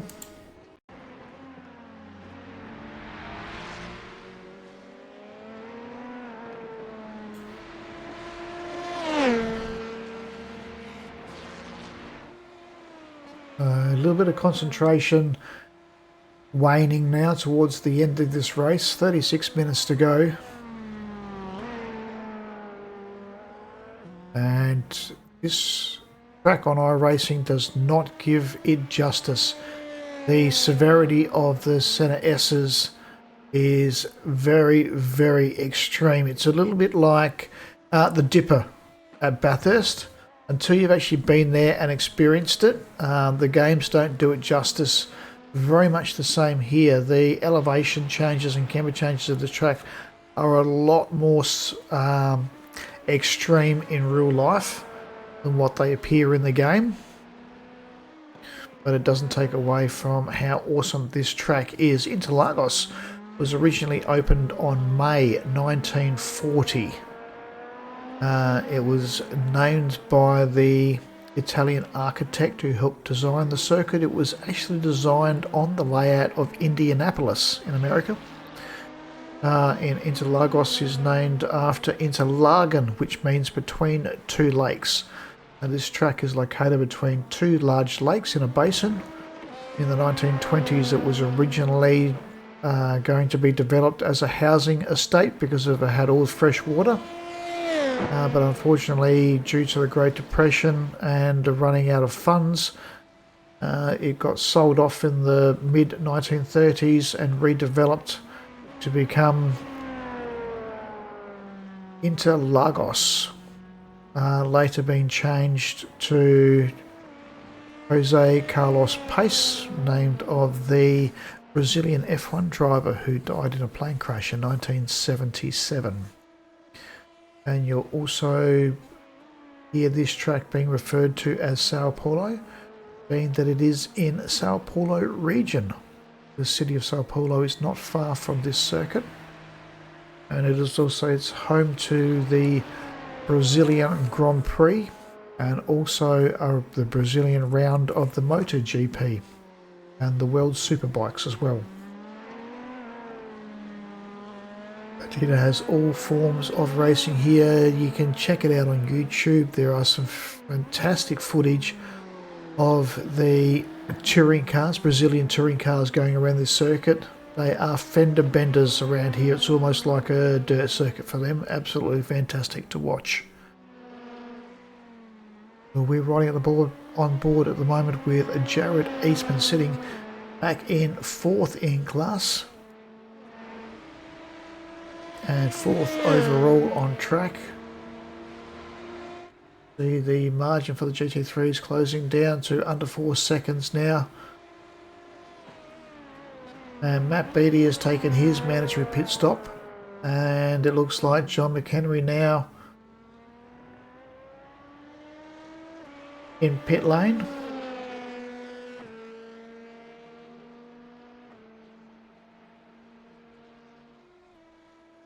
Both drivers at the moment in pits. See them pop out on the track map very shortly. They're closing down to the 30-minute margin, which is the pit window for the LMP2s. They can make it home on a full tank of fuel and fresh set of tyres from here. Around about 42 minutes is their running time.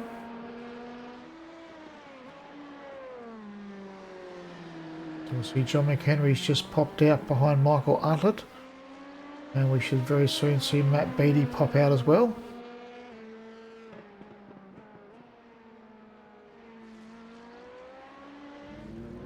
Here he comes. Jump on board with John McHenry, moving up onto the back of Michael Artlett, and Michael just hanging off the back of Job Joslin at the moment. Job doing a great drive in the Ferrari. Very nervous moment. Not a great place to be around the outside. We did talk about the tightness of this track. The LMP2 cars may have the downforce and the mechanical grip to throw themselves around the track, unlike the GT3s. GT3s do have to align themselves to the racing line and commit to these corners through Sector 2.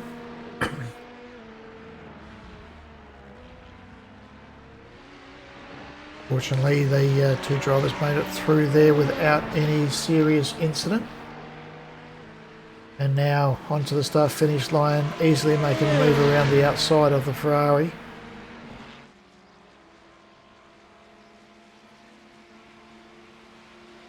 And Jarrett at the moment completing his pit stop, so the lead LMP2 car, John Filligan, still requiring a pit stop around about 40 minutes for them, so the margin is still around around about 50 minutes for a pit stop.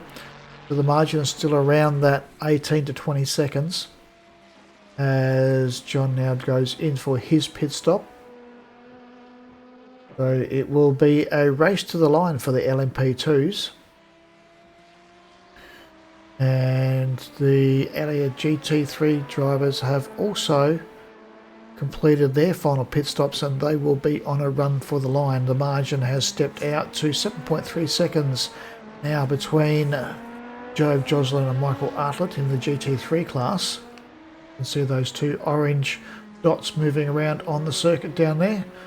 At the moment we're sitting with John McHenry, which is the orange number 2, coming around into turn 12, which is Giancarlo. Returns 13 and then up to 14.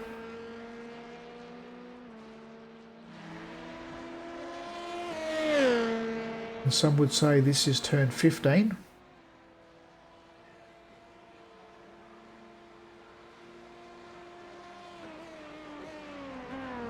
And their margin 26.1 seconds after the pit stops. So John Philly able to take less fuel in his pit stop and gain a few extra seconds coming out on his outlap. We'll wait for the timing clock to adjust itself for the next flying laps to see how their race pace is going. Let's jump on board with the leader at the moment, John Philly, leading his outlap after his final pit stop. Around in the VGA livery LMP2, number 369.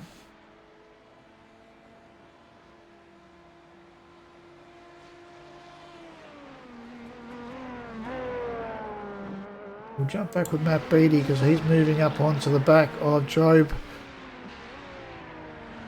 Very tight section of track here. He's just going to have to be patient. Job just gets himself a little bit wide, washes off his pace and allows Matt to roll on through. Job holding a 6.7 second lead at the moment in the GT3 class, does not want to get involved in an incident. 28 minutes to go. He'll be looking to try and hold on for the win over Michael Artlett. Be a great confidence booster for Job rolling into Spa weekend. And we can see on the timing clock we've got John Cashin, unfortunately, disconnect this evening, having PC issues, and Tim Hancock struggling with the COVID at the moment and pulling out for health reasons, getting himself prepared for the Spa 24 Hour this weekend. Do hope you are enjoying the stream. And if you would like to get involved, then look up Aussie Endurance Series on Iracing. You can find that in the league section, or you can hunt down any of the drivers you see here on screen at the moment. They will be able to help you get involved. You can find them on Discord. You can catch up with anyone from Veteran Gaming Australia. They will be able to help you get involved.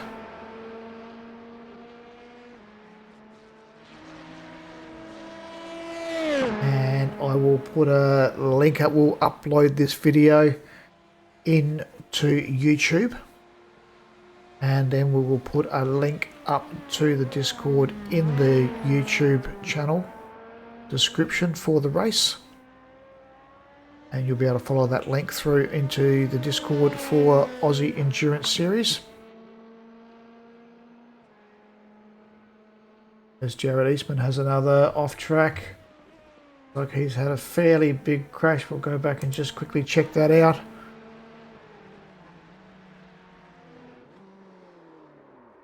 Pinch on the brakes and just cooking it a little bit.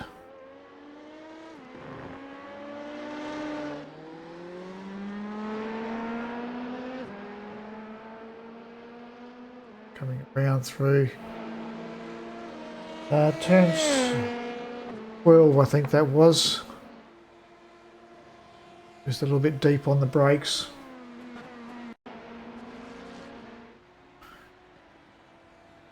John McHenry now 25 seconds off the lead of this race with 25 minutes to go.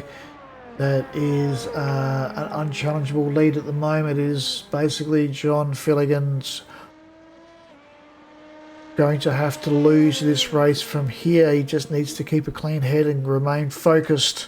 It has been something that we were discussing this week about the endurance racing, and it's how to maintain your level of focus for a 2-hour stint.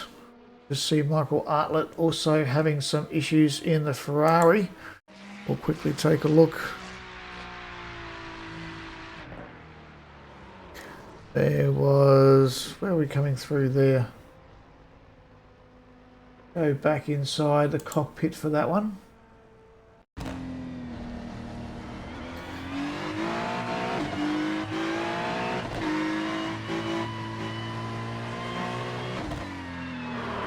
Again through there. We just go back and take a look at that again. That's through turns 10 and 11. Just getting on the power a little too early. There is a slight camber in the road through there. Little twist, that little camber there. You have to let the car get over the top of that. A little bit too much rotation. Getting back onto the power through there.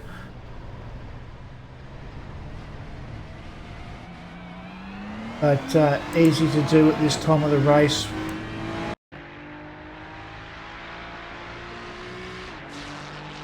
Drivers are starting to get weary. They've been in the car now for over 90 minutes.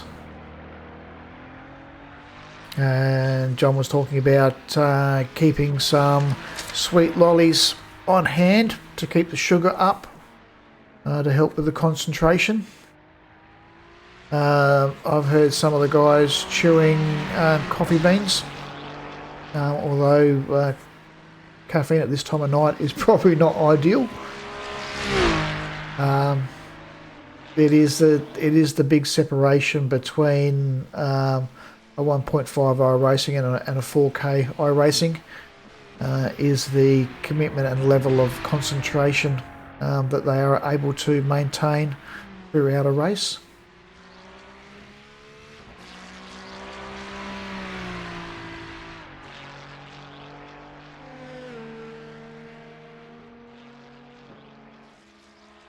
Yes, they certainly do, Cyclone. The grids do change a lot. So Job Jobson is up 3 spots. And that is just pure consistency. And that's the real ticket for endurance racing. We haven't seen any changes to the order of the LMP2 race. We just see John McPhillips run through there.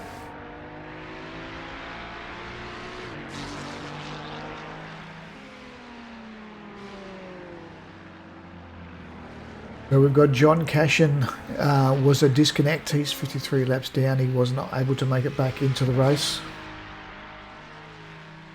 And Tim Hancock has retired for health reasons. He has COVID at the moment and trying to prepare himself for the Spa 24-hour this weekend.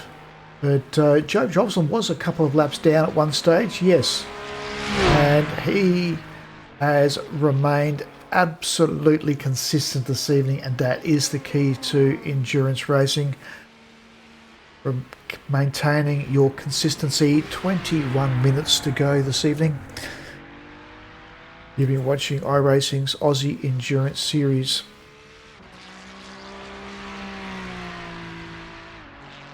And we're looking at one of the major supporters for the Aussie Endurance Series, VGA, so Veterans Gaming Australia, veterans looking after for veterans.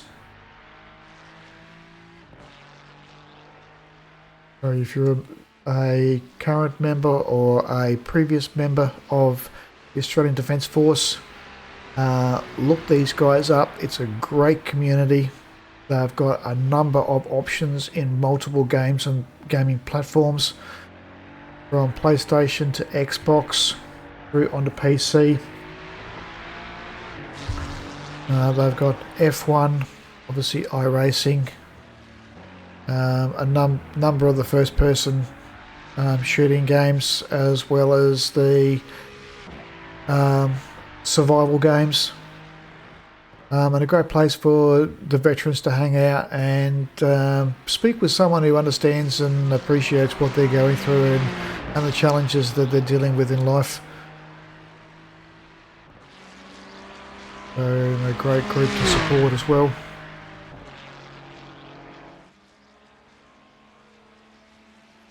You'll find everyone inside this group helpful with any questions or support or information that you need. So Michael Artlett has required a pit stop, so that has now put him 3 laps back off the pace. And looks like Michael may have actually retired. He is struggling with a little bit of injury at the moment, so it may just be enough for him. He is preparing for the 24-hour this weekend. So we'll just check to see. Michael is out of the car and out of this race.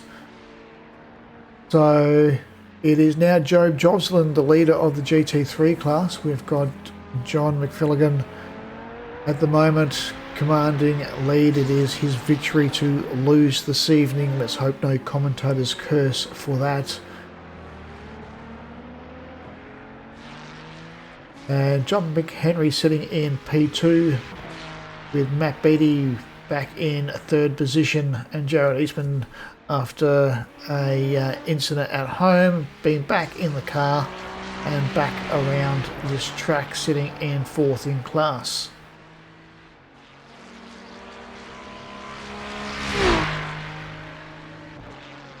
But there are not too many events to discuss. We have gone through most of the incidents throughout this race. And I would say that we have not seen one incident yet between 2 cars. They have all been mostly into the braking zone or rotating the car out of the apex. And all of these cars are driven by the pedals and the steering wheel. Over rotating the car through the steering wheel or over rotating the car through early application of the accelerator is definitely a big no-no and easily brings everybody undone.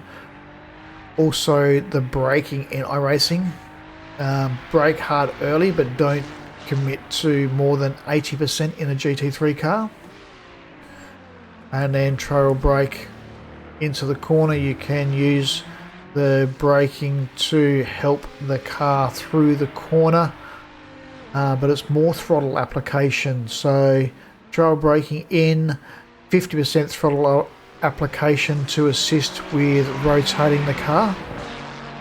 Too little or too much throttle application will cause the car to understeer. There is a little happy medium where you can get that extra rotation you're looking for to help deal with the understeer in the GT3 cars. Obviously these don't equate to driving the Porsche. The Porsche is a completely different beast of its own.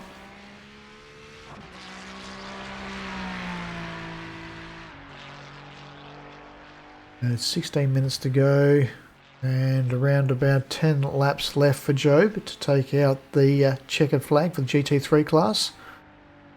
A big boost for Job as he heads towards the Spa 24 Hour this weekend.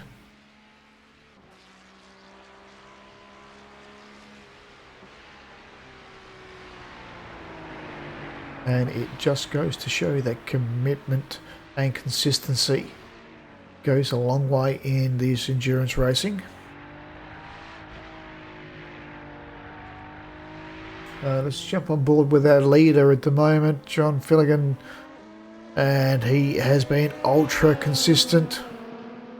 We see Jared just coming back out of the pits again. John has been running consistently in the high 124s and mid 125s this race. It is now a battle of will for him. He doesn't want to slow down too much. He needs to maintain a healthy pace around here, but he doesn't want to lose his focus.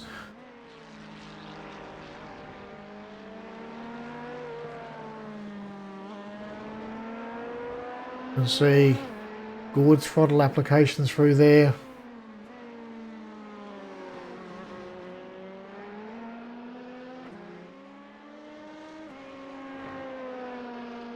Easy application back onto the throttle, not overcooking it.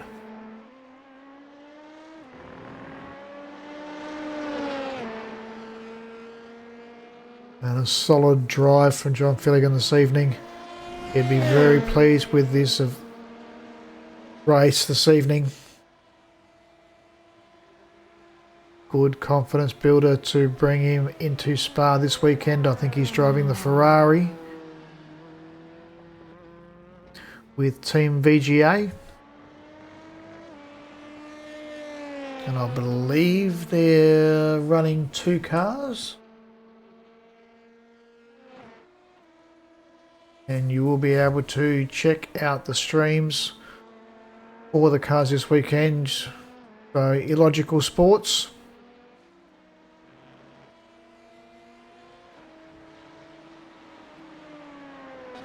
And Mr. Bunyip on YouTube.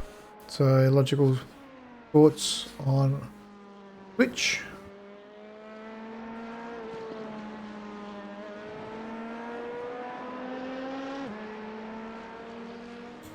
I'll just double check that I've actually got that right.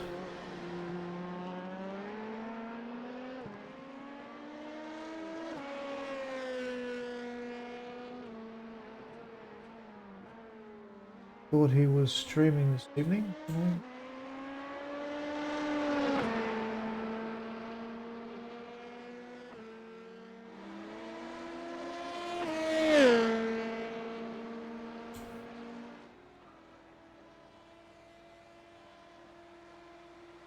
So no drivers streaming this evening.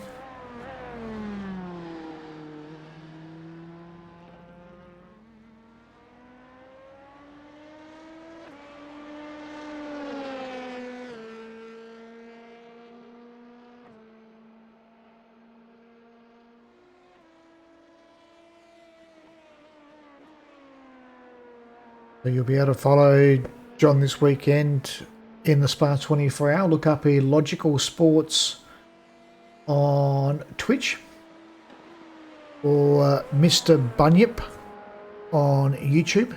You'll find both of their streams going for the VGA Spa 24 Hour team.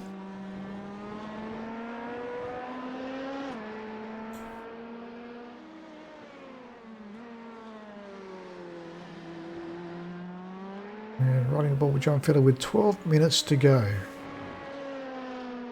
Do hope you have enjoyed listening to me drawl on for the last 2 hours.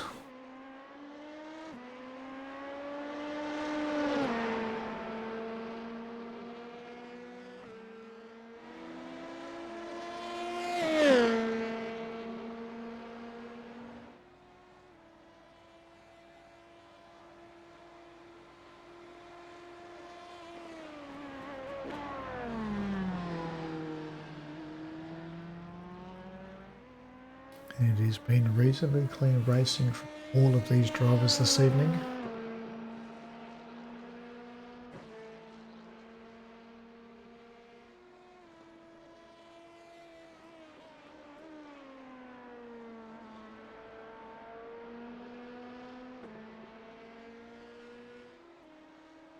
We'll roll down through the cars in this field, looking at John McHenry sitting in P2. He's looking in the back of Matt Beattie, I believe.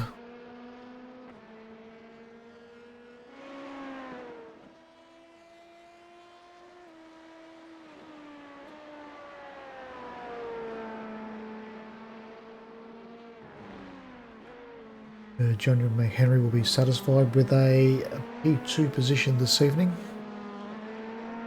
A nice grab of points.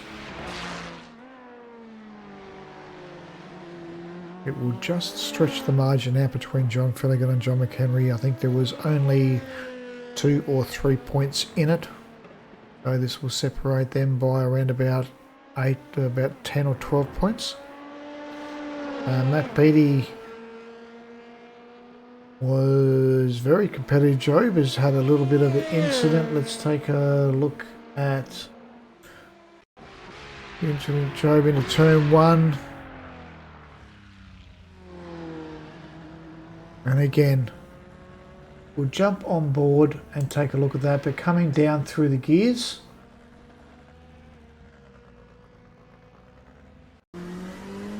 oh, we've got Matt Beattie.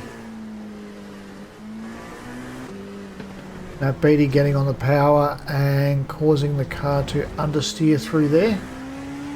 Just a little bit eager. Let's go back to Job Joslin.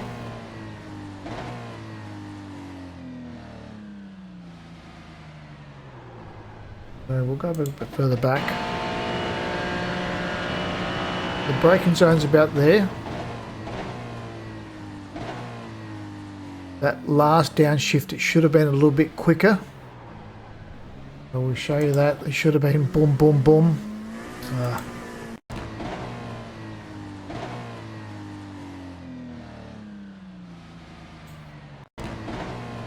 So I should have had it down. The braking and the gear shifts should have been finished by there. The car should have rotated without too much steering angle. Just a little late on the braking and a little late on the downshift through there.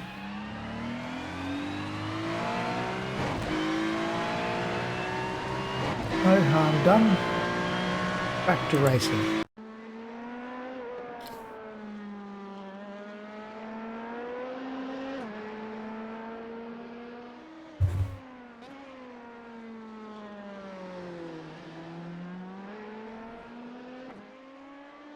Minutes to go and the positions are pretty well confirmed at this stage.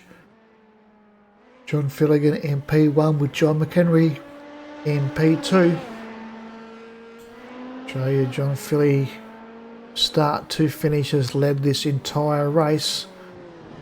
Very confident with his drive this evening. He'll be happy with himself over this for sure. John McHenry had a bad start to this race.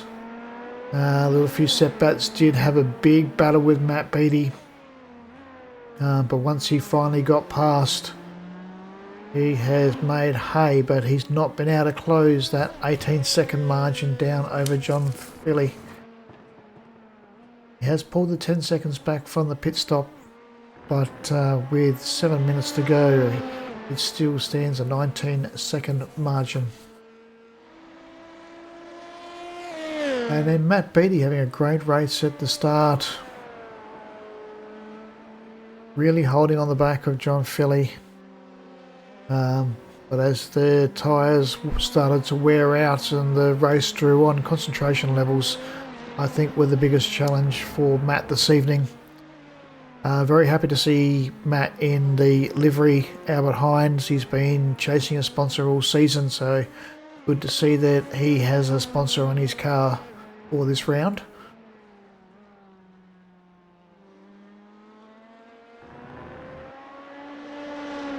And it is a fantastic livery.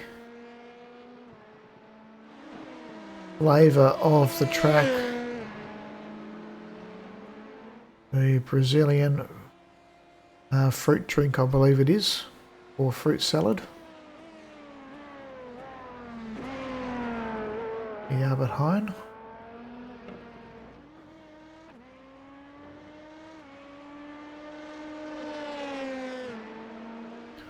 And Jared Eastman having some distractions at home.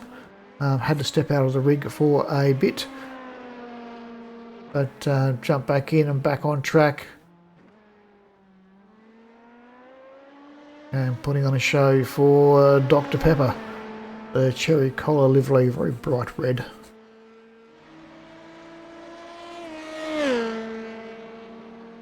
And John Cashin was running in the VGA livery for the LMP2. Unfortunately, computer issues caused him a disconnection. He wasn't able to reconnect.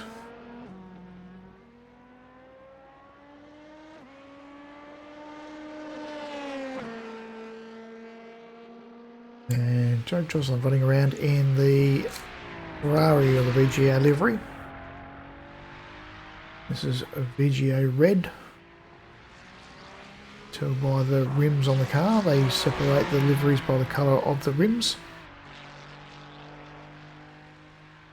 And we had Michael Artlett in the other Ferrari. He was running the Mr. Bunyip livery. And Tim Hancock was in the VGA livery for the Porsche. Tim was a disconnect due to health issues, struggling with COVID at the moment, and jumped out to get some rest to prepare himself for the Spa 24-hour this weekend.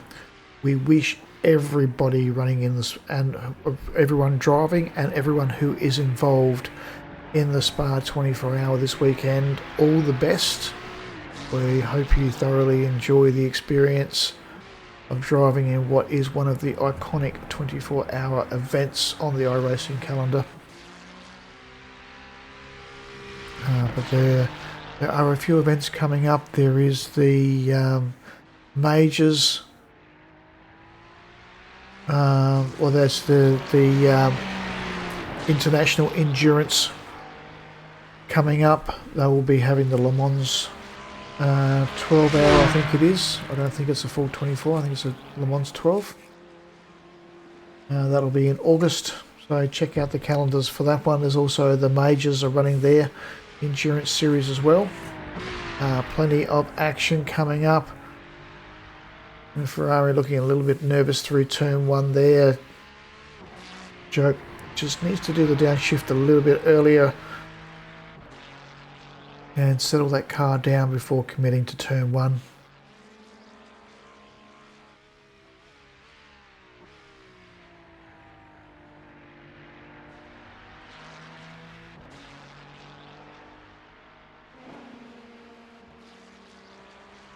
So let's jump on board with John McHenry and do a lap inside the car.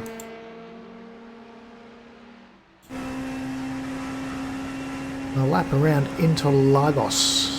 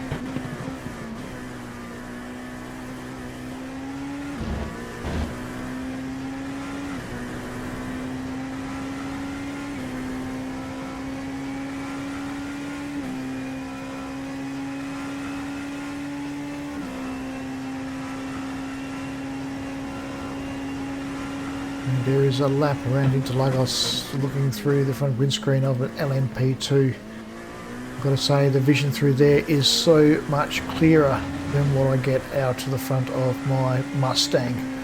I've chosen to drive the GT3 Mustang this series, unfortunately due to a shoulder injury. I'm not able to drive the car very much.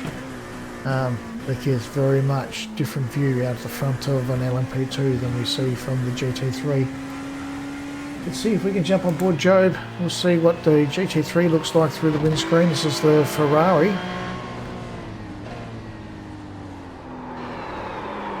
And overcooking it through there, carrying too much speed, but has done it right. Just lifts right off the accelerator, comes off the brake, let the car drift through. And wait for it to grip back up again and back on the power.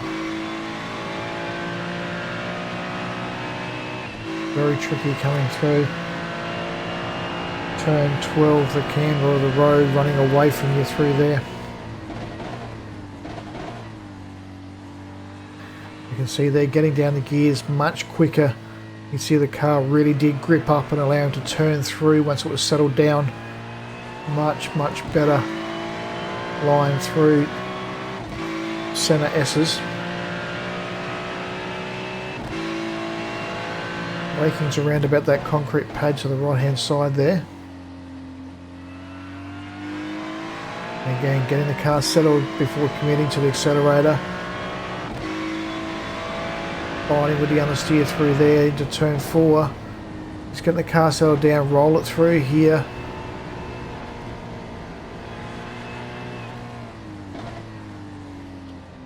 This is just about getting the car to flow.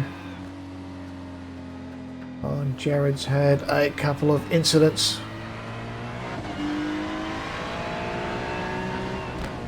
Let's jump on board and see what Jared's been up to. Coming down into turn 4. Just locking the brakes. Too heavy on the brakes into the braking zone.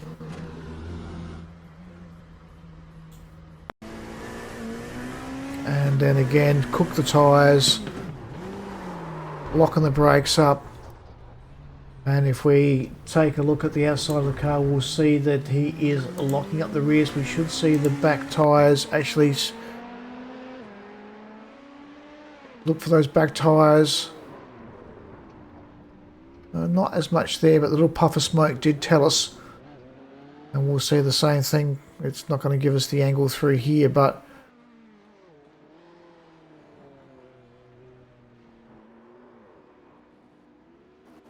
just locking up the rears, getting a little rotation and spinning the car around.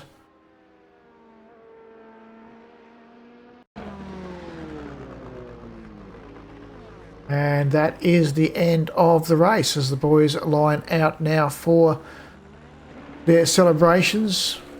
John Philly will be very excited with himself for that finish there. Start to finish, did not drop a second out of the lead. 2 hour commitment is an awesome effort for that. So the boys all going full on.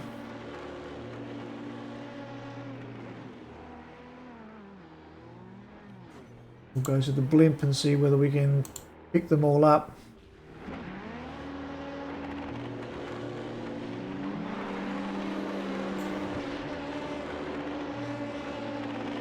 Got the Ferrari lit up in the background there. Using up the last bit of rubber left on those tyres.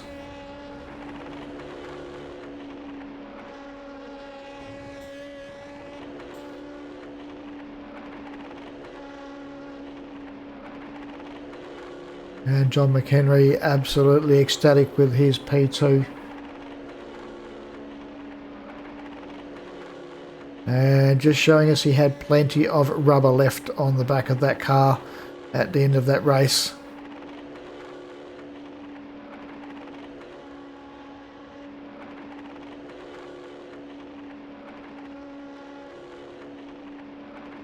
So most of these drivers will have a button locked for brake bias, so they will be able to take off their brake bias. Make it easier for lining up the rear tyres. And that you have it of John McHenry, fastest lap of the race in the dying moments of 124.4. Absolutely outstanding. I hope you have enjoyed the stream this evening. Thank you very much for joining us. Next week we will be back, but we'll keep you guessing at this stage. We're unsure of the weather, of what we will be seeing next week as we head to Fuji Speedway, and this is no chicane. We could be expecting wet weather, but we will have to wait and see. Thank you very much everybody for watching. Hope you have enjoyed the stream. Until next week, good night.